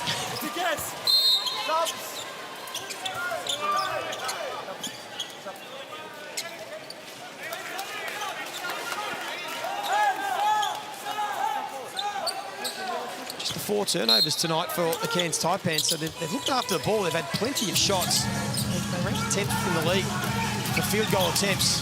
They've been able to get plenty up. Just haven't been able to get them to fall tonight. Zasha fouls Gak. He's in the bonus. And again, shooting 32% from the field, Cairns Taipans, but they're just hanging around. It's on their home floor, going into the 4th quarter. They're right there, surprisingly. Yeah, no doubt. Clintman's been huge. In this little period, I'm sure Adam Ford will be keeping the same message. Just got to hang around. We've got the talent. The shots haven't dropped. All we need to do is just string a couple of good possessions together, and if that happens to be in the 4th quarter, and it's enough to get the win, then we forget everything else.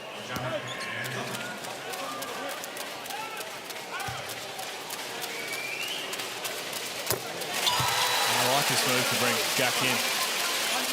Adam Ford is a terrific player's coach, and just can sense the occasion, as Ruck said, and just what he needs to insert energy-wise, what the game's calling for. They didn't like it, but they both fall. Again, they just keep it within single digits. Qual and Cotton. The matchup we thought we were going to see at the start of the game.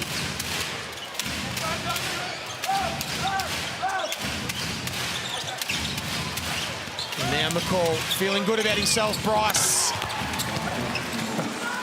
They nearly did that so well defensively, and Bryce was just better. 21 points now for Cotton. Armstrong answers at the other end. And the Perth Wildcats, they led by 11 at halftime. They still lead by 9. They've always kept this buffer, but you just feel something might be brewing. 3-quarter time here. Cairns Convention Centre. Big 4th quarter to come.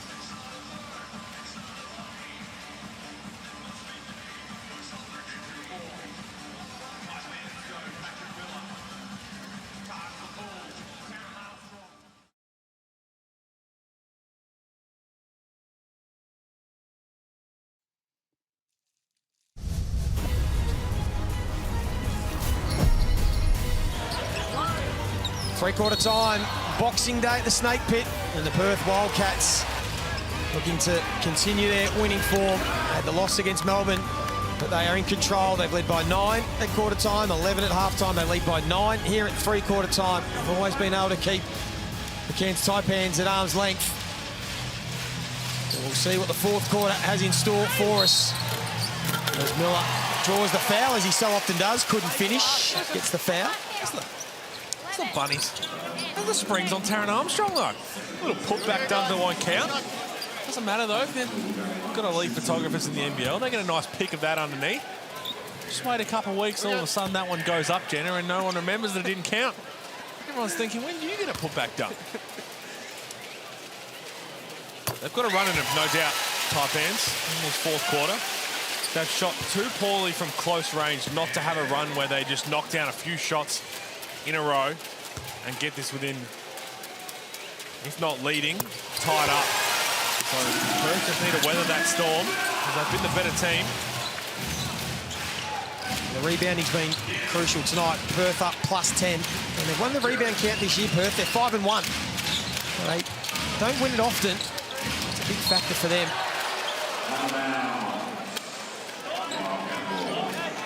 Armstrong's going to get the opportunity to start this fourth quarter with Patrick Miller, Tajir McCall, Wardenberg and Bobby Klintman continuing to play big minutes. Has been their best player as Usher is left wide open.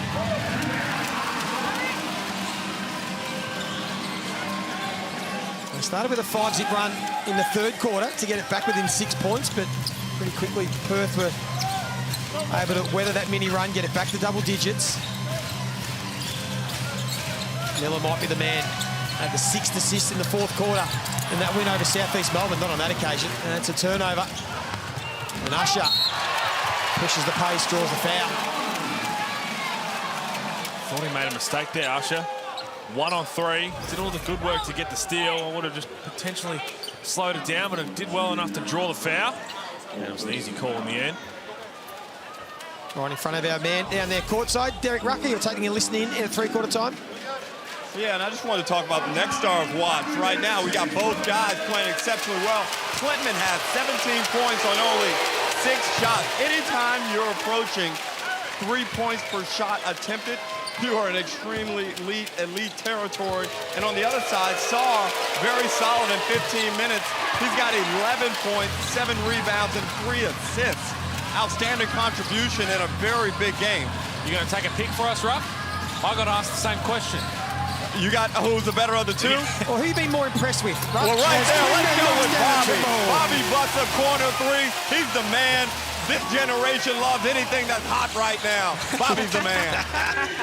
He's got 20, Bobby Klintman. A good find from Doolittle to Usher, cutting baseline.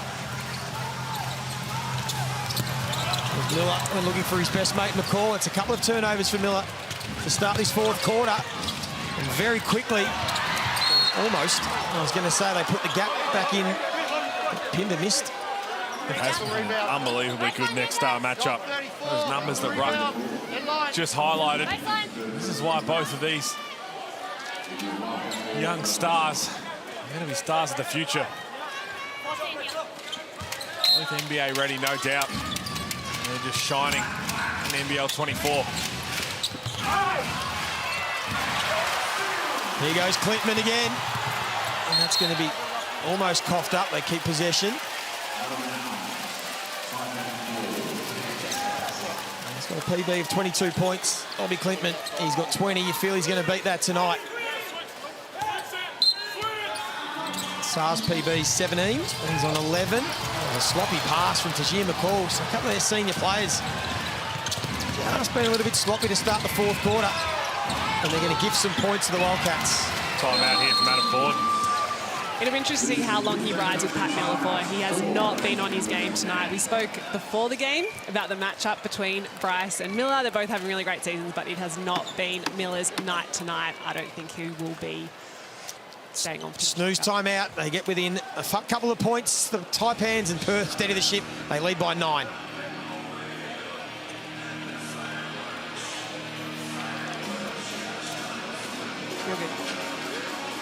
There's Patrick Miller. 2 of 8 tonight, just the 8 points, 4 assists. Only once this season has he not made it to double digits on the points.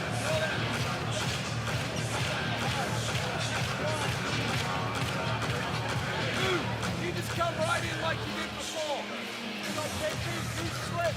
Maybe take the KP and who's got a contract right here. Obviously, the speed comes up late. Good one. And they're out of bounds. But they're trying to do it again. Finish it up. They're putting it on the KP. Now get this up. Cheerleaders, and they also have cupcakes to give away as well too. And don't forget those waiting for the official. Got Orange Fans, the Taste of Jackson's Playhouse. Cupcakes, make some noise and coming your way. The Cairns Taipans, they are trailing by 9 points. They made a little mini run, just a couple of turnovers. They've been costly. They know what they're capable of, this young side. Perth have been excellent all game. If they win this Cairns, they can get within almost 1 game of the Perth Wildcats. If Perth can win, they just give themselves a little buffer from second spot. Clintman, another turnover. Great defence from Jordan Usher. And they turn defence into offence, but that's as good a defence from Tajir McCauley. Second charge he's taken.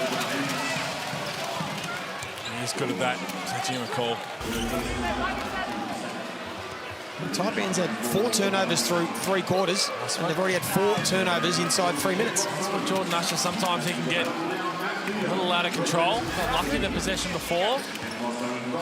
There isn't an advantage, just hold it up.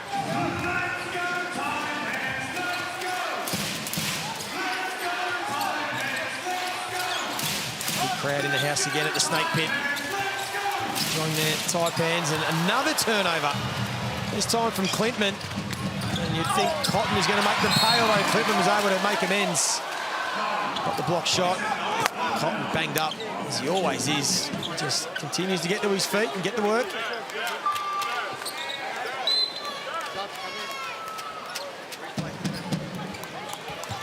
And have a look at the shot clock on the replay centre. Been an interesting start. Generally this 4th quarter, 5 turnovers for the Taipans after making a little mini run to start the quarter. Yeah, they were looking after the ball really well in the first 3 quarters, and to start this 4th quarter, just turned it over multiple times in a row. So not what 40 would have wanted out of that timeout.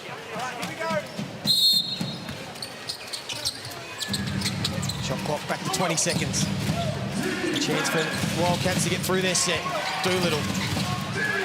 Spoken a lot about him being excellent tonight, and helps himself to another 2. That's an understatement, Joe. 15 points, 14 rebounds, 3 assists. Got a block as well. He has been enormous. There's Miller using that bulk. Points will count. You mentioned it before, Jenny. It's such a tough thing for a coach, I'm sure. When your superstar, when your main player who's been unbelievable all season long is just struggling to have an impact, do you try and save them from themselves as they continue to fight just to try and make things happen and it's just not working for 3.5 quarters? Or do you trust that they're going to come up with the big plays when it matters most? And right now, he's doing that with Pat Miller, saying, if you bring us home here, if we get this win, no one will remember the first 3 quarters. I will. I'm kidding. Really good free throw shooting continues for Cairns. As you said, coming into tonight, worst performed free throw shooting team in the comp. They've shot 26 of 30, and it's kept them in it. A foul on the dribble on Ty Webster. Thank you. Have no basket. Thank you. Pass. 1, push. In line.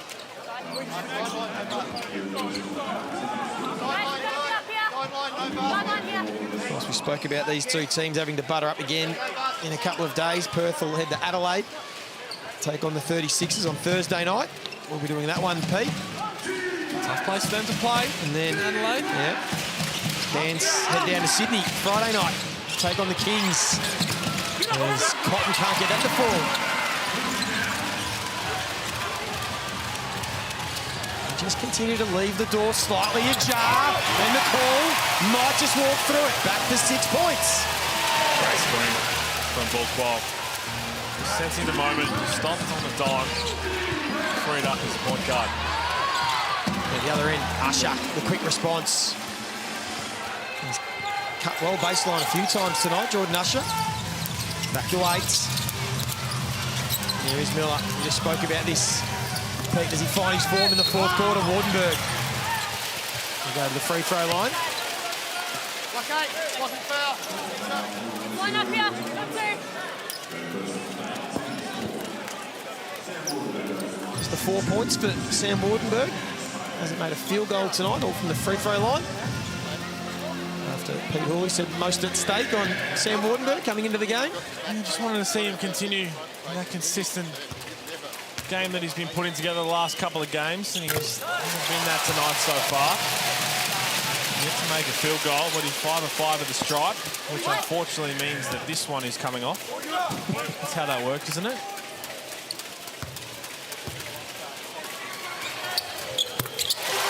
Reverse Miles. Well done. Corrected yourself before. 6-point margin.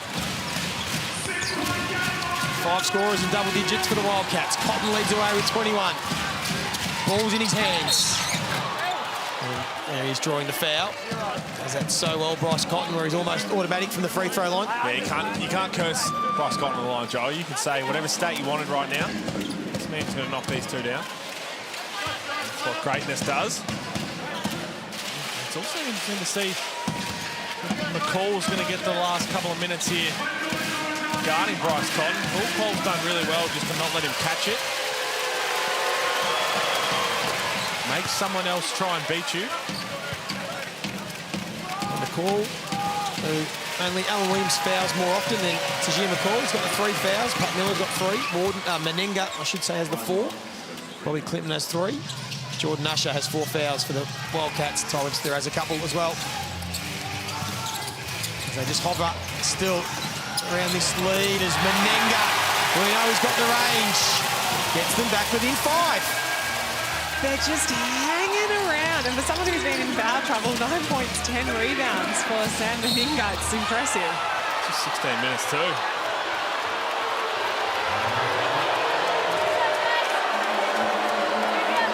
There's a crowd not liking that foul on Tajir McCall. That's number 4 on him now. Now he's in foul trouble against South East Melbourne as we see Menenga with his feet set. Good stroke. He's had the conversation with Adam Ford just to continue to trust all the work he's putting in. Just the MJ shrug after too.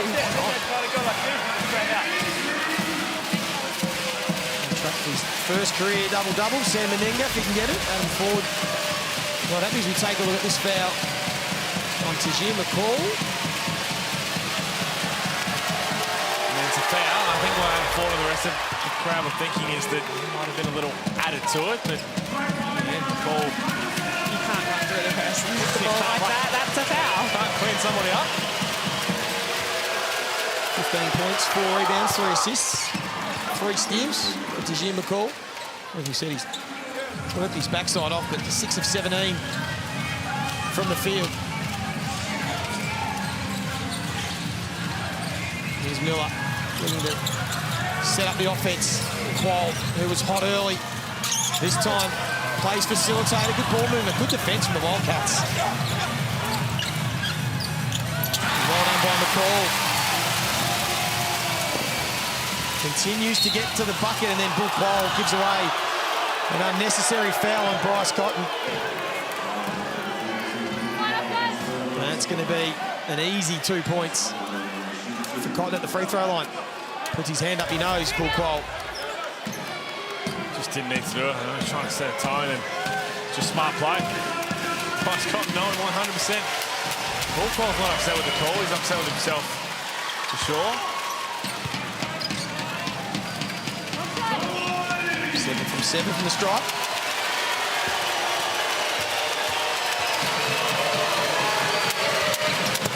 .25 points. Same number he had the last time these two teams met. Back in round 8. Wildcats won that occasion.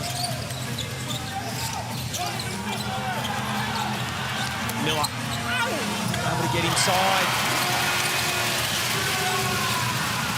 Things happen now. Took a while. I said 40 should have taken him off, but he's clearly proving me wrong and coming to play in this fourth quarter, just like the Taipans need him to. The ball's going to be in his hands, isn't it? At the other end, Bryce Cotton just continuing on. That was a set play. They are understanding the way Bull Qual is face guarding, top locking Bryce Cotton. Get a quick high post flash and a back door. Was wide open. That's going to be an unsportsmanlike foul, potentially. Every time I blow my whistle, you come and talk to me. That's to Jesse Wagstaff, but more importantly, that'll be 5 fouls on Tajir McCall.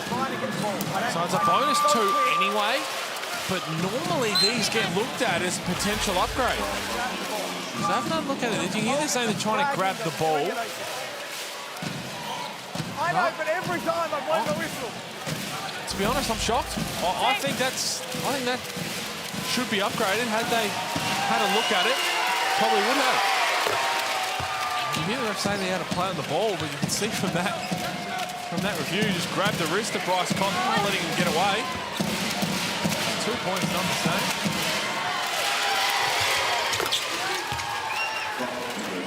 He's now up to 29. Bobby Clinton gets ready to check back in. Line of Satch is a little too long. Energy spark. Just want to hang on here. Picked it up in the back court. Front court here. As you mentioned, Joey, they're going down to Adelaide on Thursday. It's just been a tough place for them to play. Adelaide coming off a big win. They're going to be feeling good about themselves. And in fact, Adelaide are 4 wins off second spot. If you look at just the wins, they've got 5 wins. Perth currently have 9. And the gap between second spot and first spot is 5 wins. So second spot is one everybody's coming for right now. These games matter right now for Perth. I know it's a tough road trip, but they played too well to drop this one. Another turnover for Cairns. You're right, Perth have done everything right tonight, particularly, as we said, their struggles on the road this year. 2 and 5 on the road, average losing margin of almost 12 points. It's been a bit of an issue for them.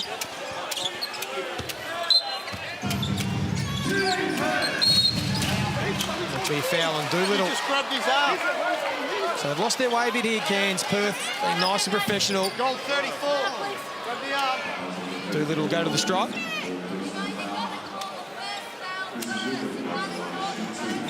Jumping on board my Doolittle train. I'm on. Yeah, welcome aboard.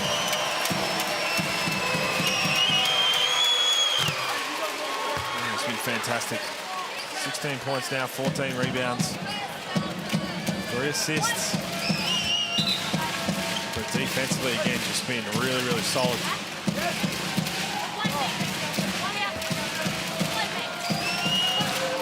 This is what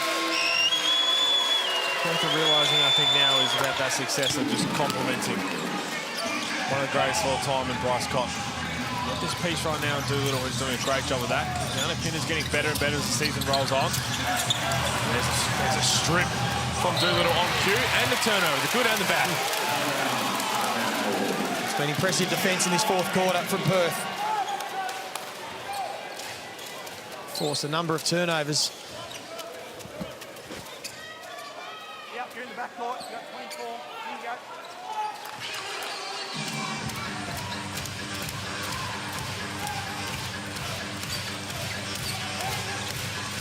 They got one little flurry left in them, the Taipans. In good hands. That possession before, that's why I think Doolittle's been so good and will be in that finalist conversation for Defensive Player of the Year, because he just uses his strength and understands his body. Doesn't do anything silly. Doesn't come and hack at the wrong time. Just stays straight up. If the ball's there to grab or block, he's going to do that. Great rotation. Up again. Well done.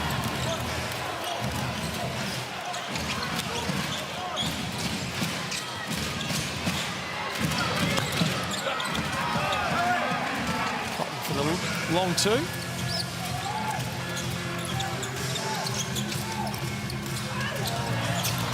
Again, good hands from Wagstaff.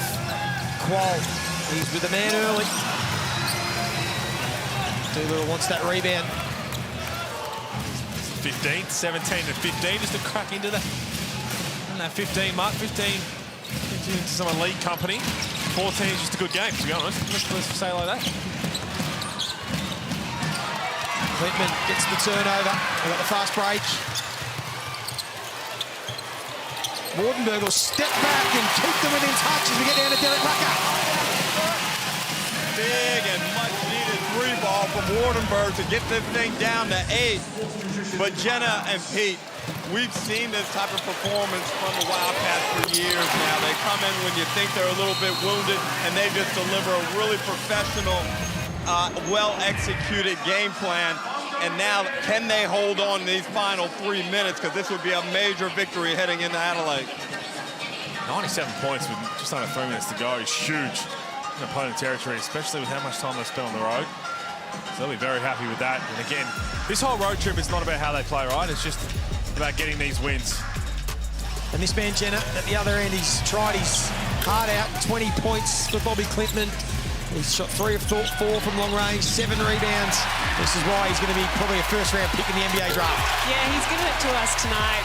He's shown a lot of what he can do, getting the hands in the lanes with steals, hitting threes, a lot of energy. And Cairns Taipans have really needed it from him tonight. He's been great. You know that, as we have a look at the full frame of the head-to-head superstars, you know that the gif or the little clip of Leonardo DiCaprio doing the little whistle pointing at the screen? That's Liam Santamaria right now on the couch right now, pointing at the screen saying, hey, I know those two. I've got those two over here. Those two will be shaking the commissioner's hand. They have been the 2 best performing next stars this year. That would have worked if I could whistle. I just can't whistle, Joey. I was trying. I know you know what I'm talking. Yes. Yeah. That one. Shout out to Liam Santamaria. He'll be watching this. Just got to close the deal now, the Wildcats. They have led from start to finish, almost finish. Every time Cairns have tried to make a little mini run, they've been able to respond. Haven't let the home crowd get right into it. And this might be a dagger from Cotton. Couldn't quite get it to fall. Still time for Cairns. Miller's been aggressive this fourth quarter. And he does it again. That's going to help. 3-point play opportunity. 3 from Wardenberg before the timeout. And then right here, just too much time and space and didn't establish that position. Ty Webster, he doesn't think he did a whole lot wrong, but that contact comes when you're not in that legal guarding position and established. So it is a blocking foul. This game on again. They're just hanging around. It's like a bad smell, isn't it? Can they get to sort of that 3-2 though?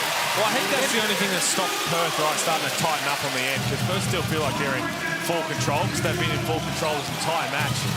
If it gets to 3 or 2, that could change things. We have seen it enough in NBL24 to know there might be a twist still to come. We've seen plenty of them. Perth, can they get a good offensive set? They go to Doolittle. I don't like that set. I know Bull Qual is guarding, face fronting Bryce Cotton. He's still got to run off screens. You just can't let Bryce Cotton sit in the corner and play 4-on-4. And it was almost excellent defence from Christian Doolittle. Until right at the very end, he just brought the hands down on Bobby Klintman. And he's got the chance to knock down points 21-22.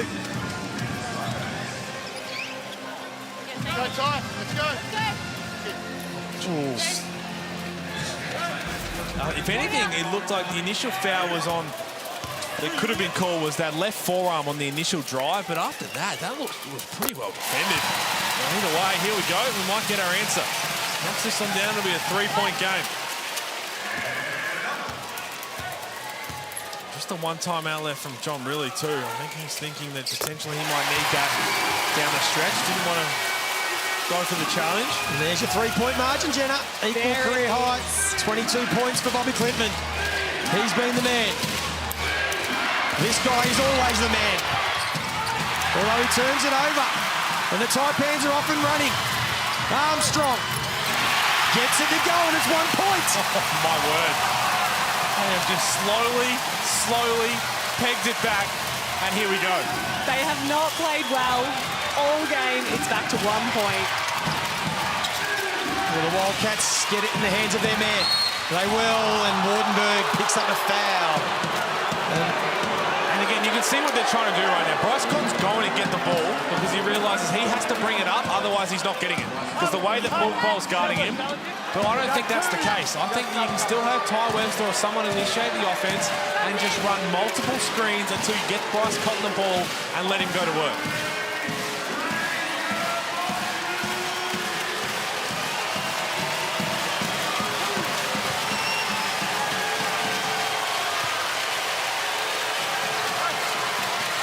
Coming off 36 points the other night against Melbourne United. He's now got 30 in this one. Fourth time this season, 30 plus for the superstar. From the field.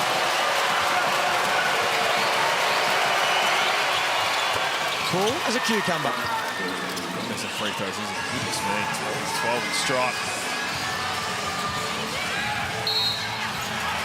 And then a cheap foul from Keanu Pinder, who just checked back into the game on Wardenberg, who's 6 from 6 from the strike.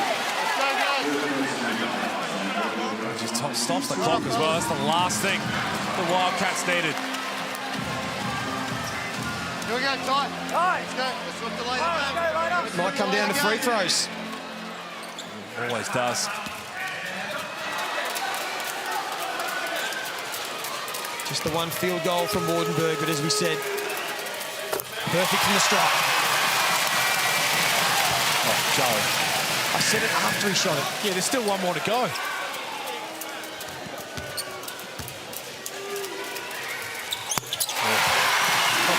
Hold your breath. Here we go. You know who's going to get the ball. Here we go. This one I spoke about. Let somebody else initiate the offense and just run multiple screens and free him up eventually to get the ball. Well, that could be an offensive foul. When the Snake Pit get to their feet. They have never led in this game. It's not going to be free throws because it's an offensive foul. I think both teams are in the bonus. Looks like the right call. Just that high fend off, couple call in the face. Look at the replay. Yeah. That's the right call. Paul made sure the ref saw it. So who do they go to, Jenna? Who do the Taipans look to? I think Miller's been really good in this quarter. I think the ball has to be in his hands. I would like to see more of offensive glass crash from the Taipans when the ball goes up. Long two from Miller. And there's only one Taipan in the paint on that shot. Still had the chance for a 2-for-1, but I don't think that was the shot they really wanted to get. And now Bryce. Pinder. And that's going to be a goaltend. Hey, he's missed it. That's a goaltend, not a foul. You hear the referee saying? Interfere with the net.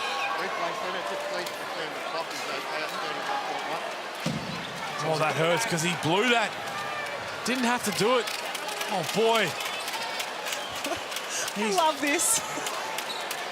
We're just double-checking the clock. We're just fixing the clock. I'll make sure it's the set at the right time. It'll be 32.2 seconds. Do they go for a quick 2-for-1? I wouldn't go for a 2-for-1, but you don't need a 3, that's for sure. Just get a good look. Oh, unless you're ball qual.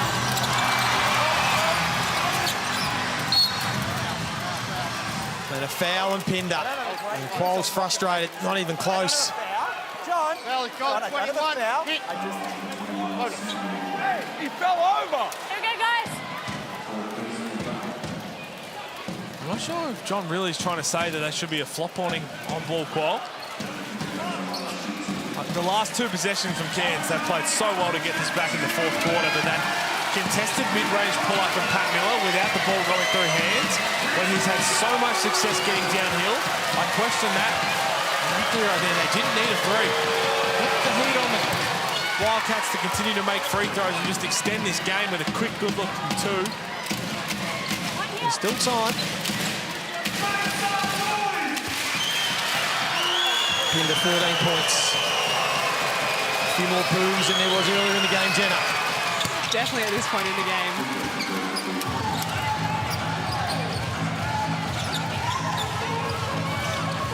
So now they've got their work cut out for them. Miller.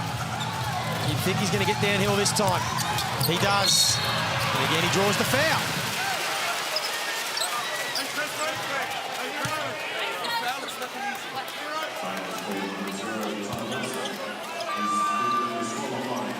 He's also shot well from the free throw line, 6 from 6. Had a big last quarter, as you touched on. And he's been pretty quiet up till three-quarter time, but 16 points, 7 assists now. The 5 turnovers, though, a couple of them were early in this fourth quarter. 4 fouls for the game. 38 free throws attempted from Perth, and this is about to be 38 and 39 from Cairns, and both teams have shot at an unbelievable clip. 89% from Cairns, 89.5% from Perth. So, unfortunately for the Taipans, you have to pick someone to foul. It doesn't really matter in this game. And unfortunately for the fans, no burgers as of yet. Doesn't look like it. 90%.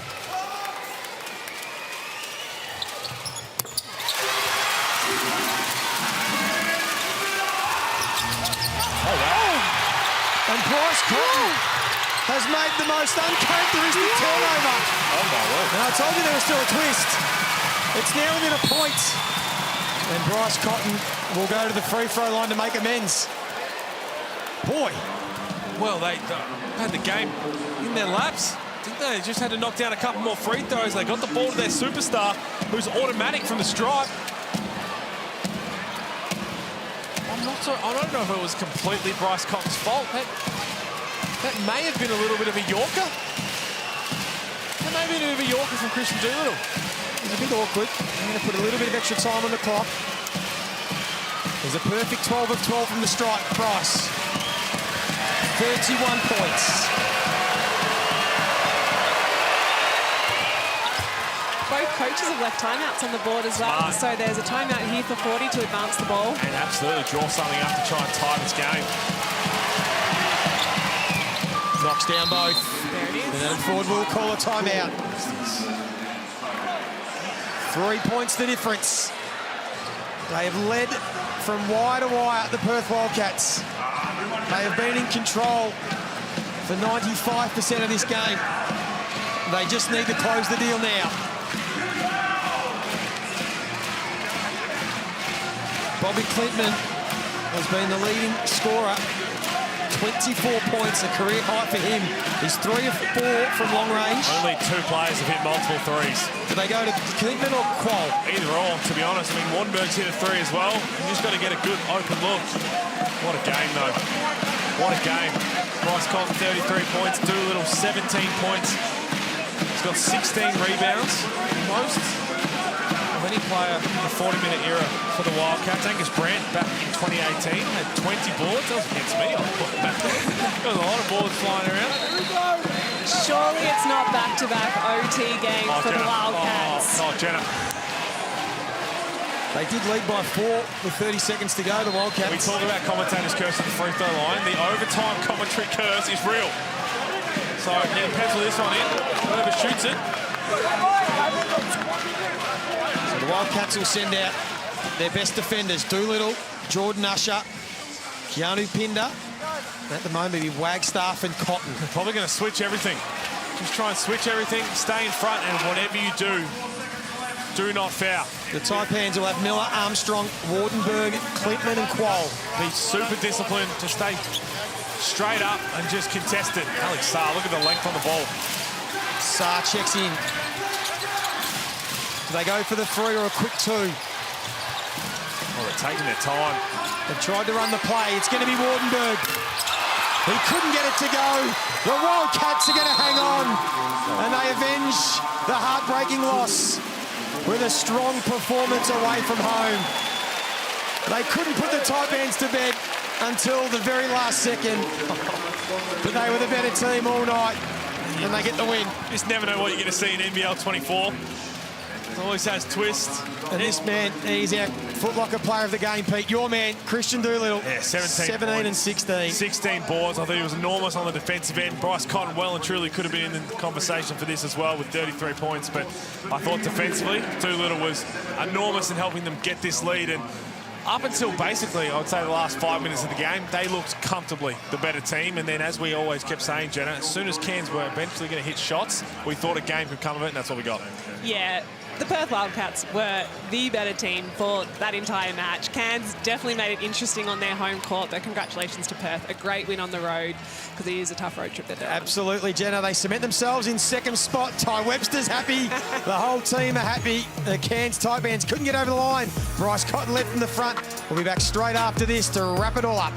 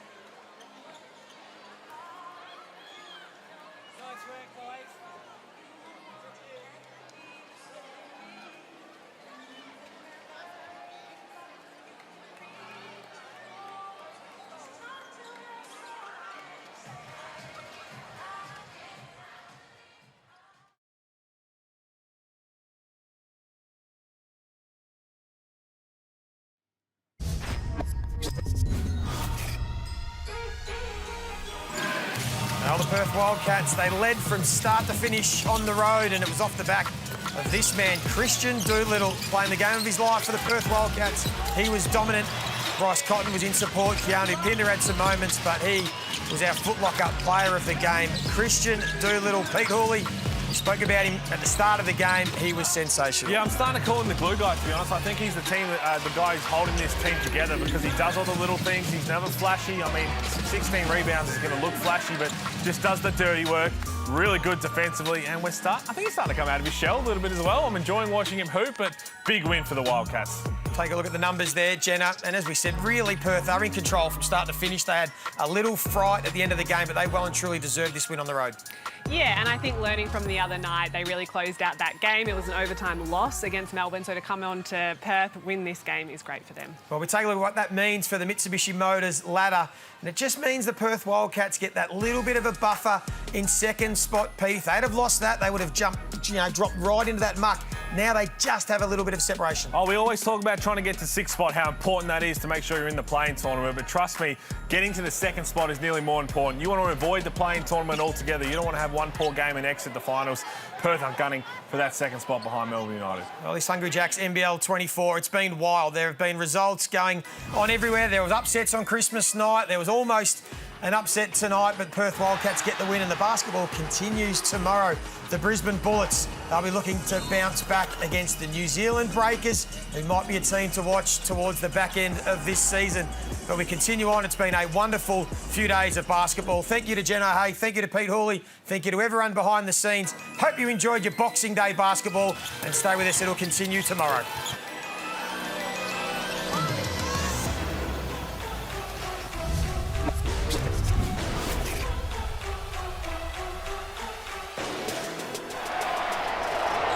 This program is brought to you by Hungry Jacks and Bunnings Warehouse.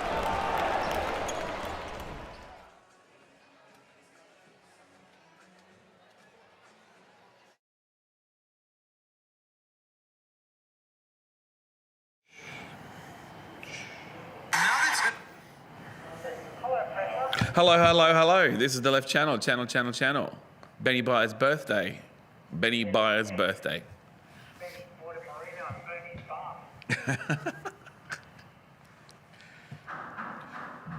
Byers bought a burger at Betty's Burgers. Fantastic.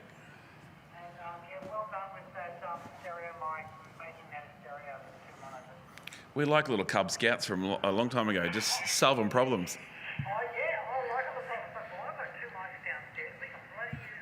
Yeah. Yeah, staying in again. Staying into the 15th or 16th, isn't it?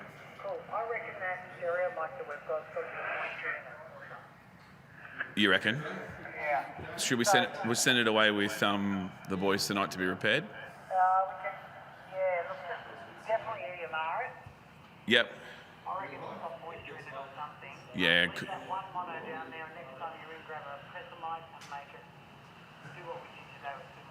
Yeah. Yep. We can make do. Cool. Oh.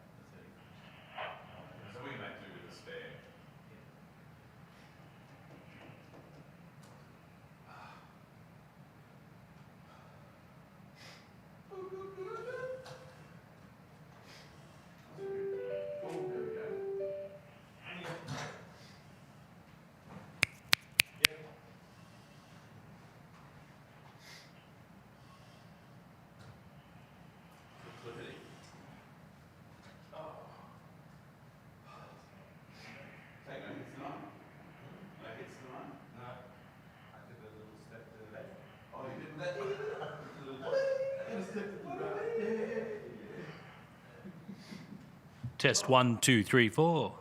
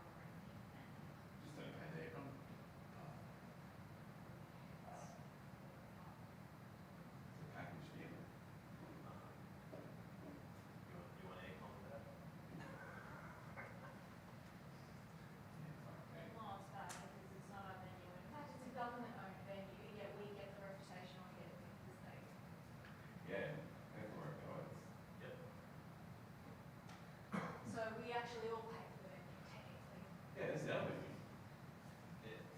That you already gave for. Or we paid for. It should be free. Your taxpaying money. Same as Queensland Country Bank. That's the worst thing. The most bizarre question I ever have had by a contractor.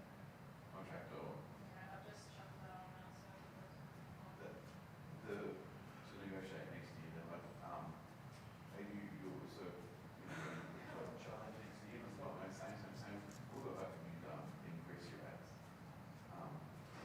Because it's in the budget and we'd like to. So someone's saying, we want to give you more money. Okay. Yeah, absolutely. Yeah. Like protecting against, anything protecting against going away from it. But, yeah, there's no question. Okay. What do you suggest? Country Bank's going there as well. Yeah, stay here. Stay in Queensland. I didn't think this was a stay. This is not a stay in Queensland, man. It is. Didn't realise that. I think that was a competition amongst themselves.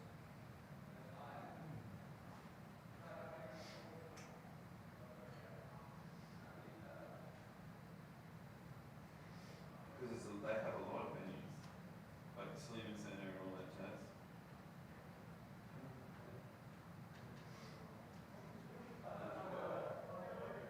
I can't believe the amount of money that they're spending on the hour. That's 1 so the budget is 1.7 in today's terms, but that is also reconfiguration funds. So after the Olympics, they take a track out, do it all post-Olympics. But you can't tell me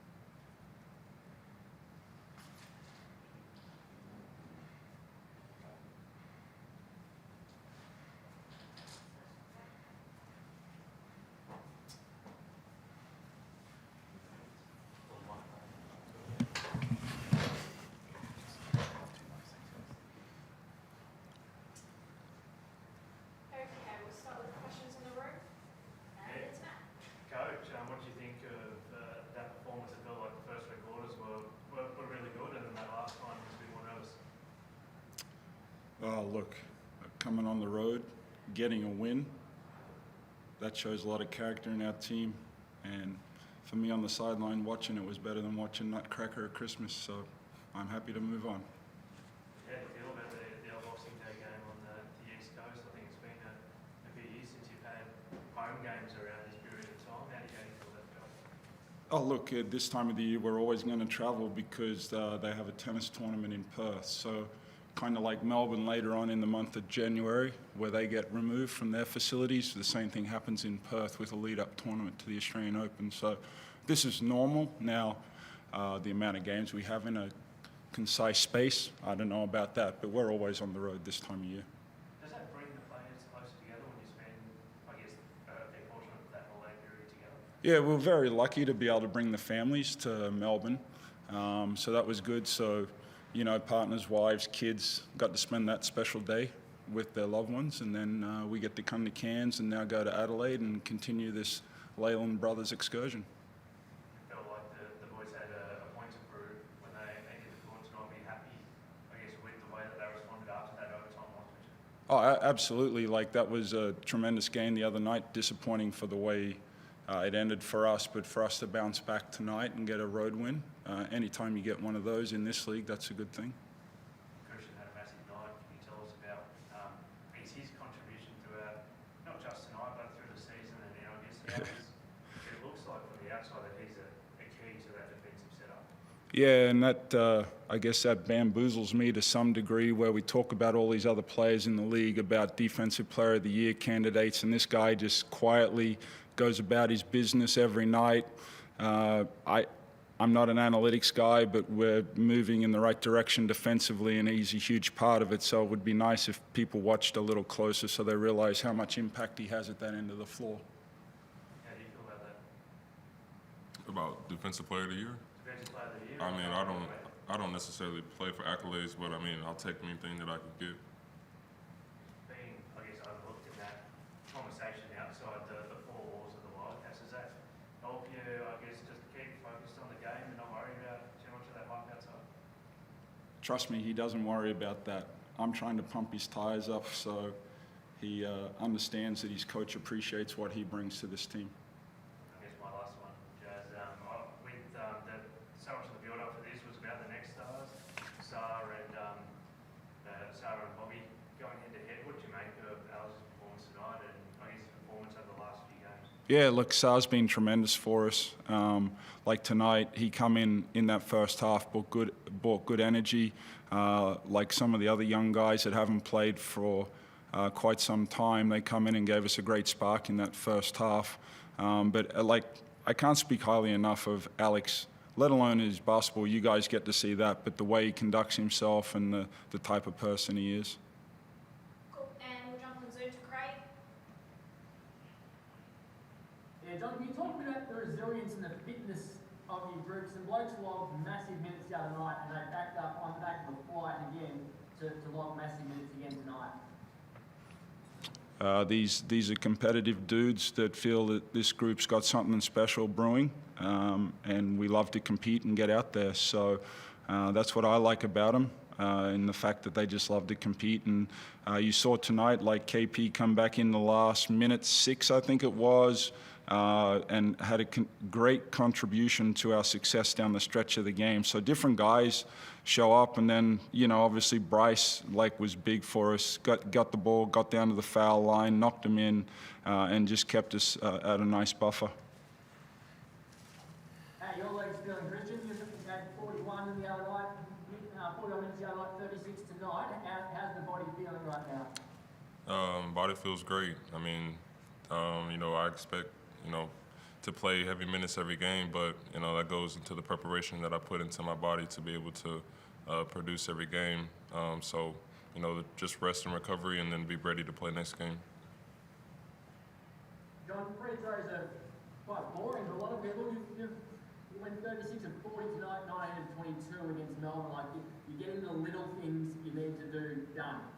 Yeah, look, absolutely, and it's you can say it's a small part of the game, but it's a big part of the game when you get to the foul line that many times. And you know, like BC, like historically great free throw shooter. Wag steps up, KP do so, and Ush as well. So guys are living for the big moment right now. You've lost Hiram, looked like with a calf during the game. Do you know whether was he able to come back on, or was he ruled out by medicals and he wasn't an option for you for the rest of the game? They didn't say he was done, so he would have been an option still. So with a short turnaround to Adelaide, we expect to have everyone with Corey and Hiram now. Corey obviously saw and Hiram saw as well. I honestly don't know about Hiram. No one on the medical staff told me that he had any issues. So during the game, if there was something that he couldn't go back in the game, I certainly didn't get that message, so I can't speak on that at all. Cool. Anyone else? Mike? Yeah, just quickly, Christian, your first Christmas in this part of the world. How did you enjoy it? I had a great time. Like Coach mentioned, our partners were able to come. My wife was fortunate enough to be able to spend this trip with me. She's here as well in Cairns, and she'll be making the full road trip with us. So, you know, for me, it's special. It's the first time I've been able to, regardless of where I played, been able to spend it with family and friends. So, you know, it's something I'll definitely cherish. As a team, you've been playing at a high level now for quite a while, and it looks like, from the outside, it looks like it's a fun team to be part of. Is that how it feels? You still talking to me? You still talking to me? Absolutely. Oh yeah. It's a great team to play with. You know, everybody. There's a lot of unique personalities on the team. So there's never a dull moment, whether it be practice or the games. And I feel like that camaraderie helps us, you know, pull out tough wins like these. I mean, I feel like we've had a lot of close games that are going to pay dividends in the end, especially in playoff time. So wins like these matter, and they only make us stronger together. John, just one from me quickly. I know you'll say it's not about the coaches, and it isn't, but you've got a hell of a history with Scott Ninnis. Did you ever imagine you'd be coaching against him in the NBL at this point in both your lives? I haven't actually even thought about that, but that's a good point. Look, when you're part of a championship team together, there's a unique and special bond that goes along with that. So that will be pushed to the side when the ball gets thrown up in a couple days' time. Thanks, everyone. Thank you.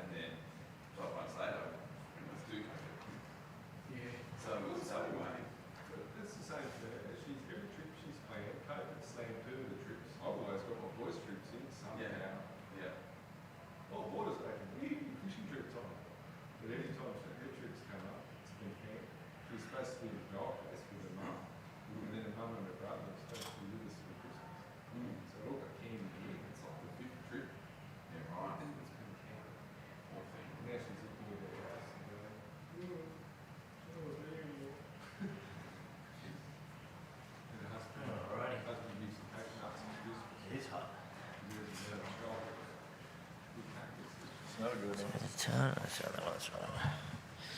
Oh, yeah.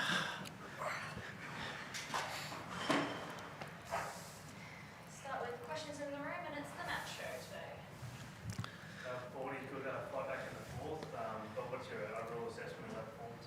Yeah, look, I can't fault the guys. You know, we missed some real easy ones at the start, and it's, you know, when you want to try and say was execution there, 100%. We just, you know, there was a half dozen really that didn't drop in our favour to start the first quarter, and you know, then obviously when as you know they get the rebound and they can get out in the break, you know, it sort of speeds them up, and they capitalised on that. So it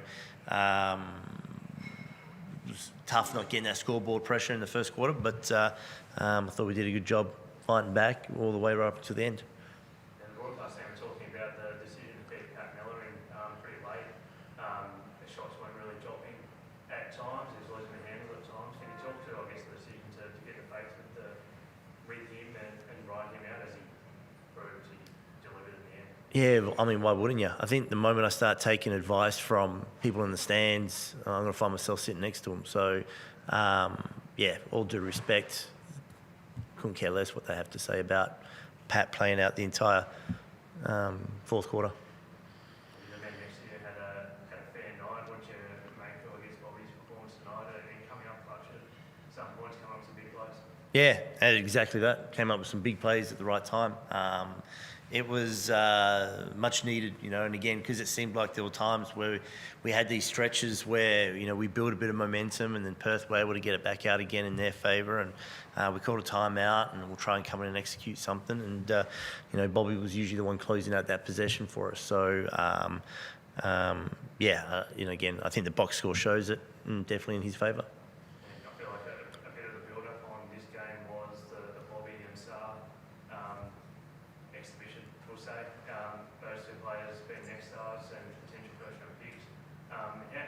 From your perspective, Adam, how did Bobby, I guess, mentally look after himself during the week and not get caught up in any of the chat?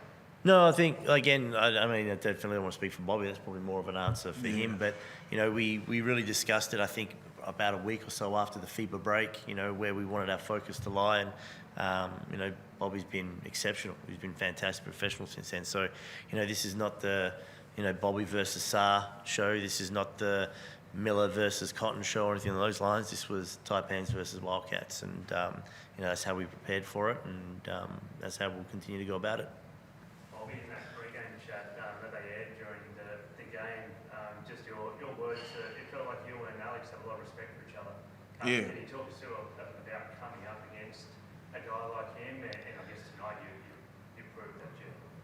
Yeah, no, Alex, that's my boy. You know, obviously he's a great player. You know, it's always fun to go against like other guys that's kind of your age. You know what I'm saying? And compete. You know, that's what I love to do. Unfortunately, we couldn't get the win. That's the main goal. You know what I'm saying? That's what we prepared for it. But you know, it's always fun to go up against good players like him. How did you feel about, I guess, that competition, that contest out there with the Wildcats, who, not so much last season, but for so long, have been one of the, if not the leading franchise in this competition? No, it was a tough game. You know, it was a lot of ups and downs. You know, sometimes I feel like for myself, I had a couple of stupid turnovers. Like I don't think we held the ball too good. You know what I'm saying? A couple of times.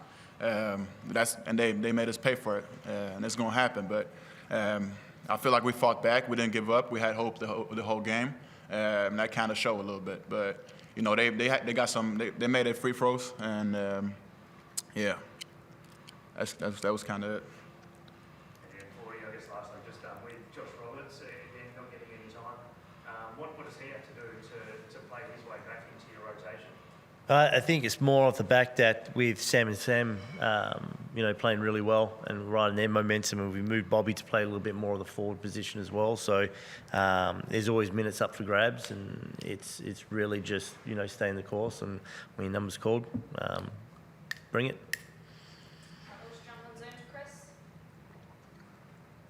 Yeah, Bobby, I know you lost the game, which is ultimately what matters the most, but having a look through the impact you had on your team coming back and have a chance, and even the fact that you're plus 17 for the game when you're on the court, how good does it feel knowing that you were able to at least give your team a You know, it's fun. I love basketball, so that's all you can ask for. I mean, my teammates play great. You know, obviously they found me when I was open and I was knocking them down. So, you know, it's fun. I'm having fun out there. Obviously, I wanted to win, but you can't always win. You just gotta go back and see what we can do better for the next game. We're able to see your improvement almost every time you play, but can you talk about how far you think you've improved since the start of the season to now? I would say a lot. You know, I feel like I get better every day. The way coach set up the practices is for us to get better. You know what I'm saying? Even if we focus on different teams, like we're always competing. Like everybody on the team, like we want to compete. Like even if it's just like a practice scrimmage, like everybody want to win. So I feel like by that we get each other better. And then like the guys around me help me a lot. Like you know. I got Tosh talking to me a lot, Sam, Boo, Pat. Like you know, I can name every little older guy on the team that helps the younger guys. And you know, I got Taryn. You know what I'm saying? Like we compete a lot, so I feel like that helped a lot. I'm not sure what I want you to say in response to this, but 79 free throws in a game between the two teams is frustrating from a spectator's point of view. From a coach being part of it, is it frustrating? Oh yeah. But what can you do? It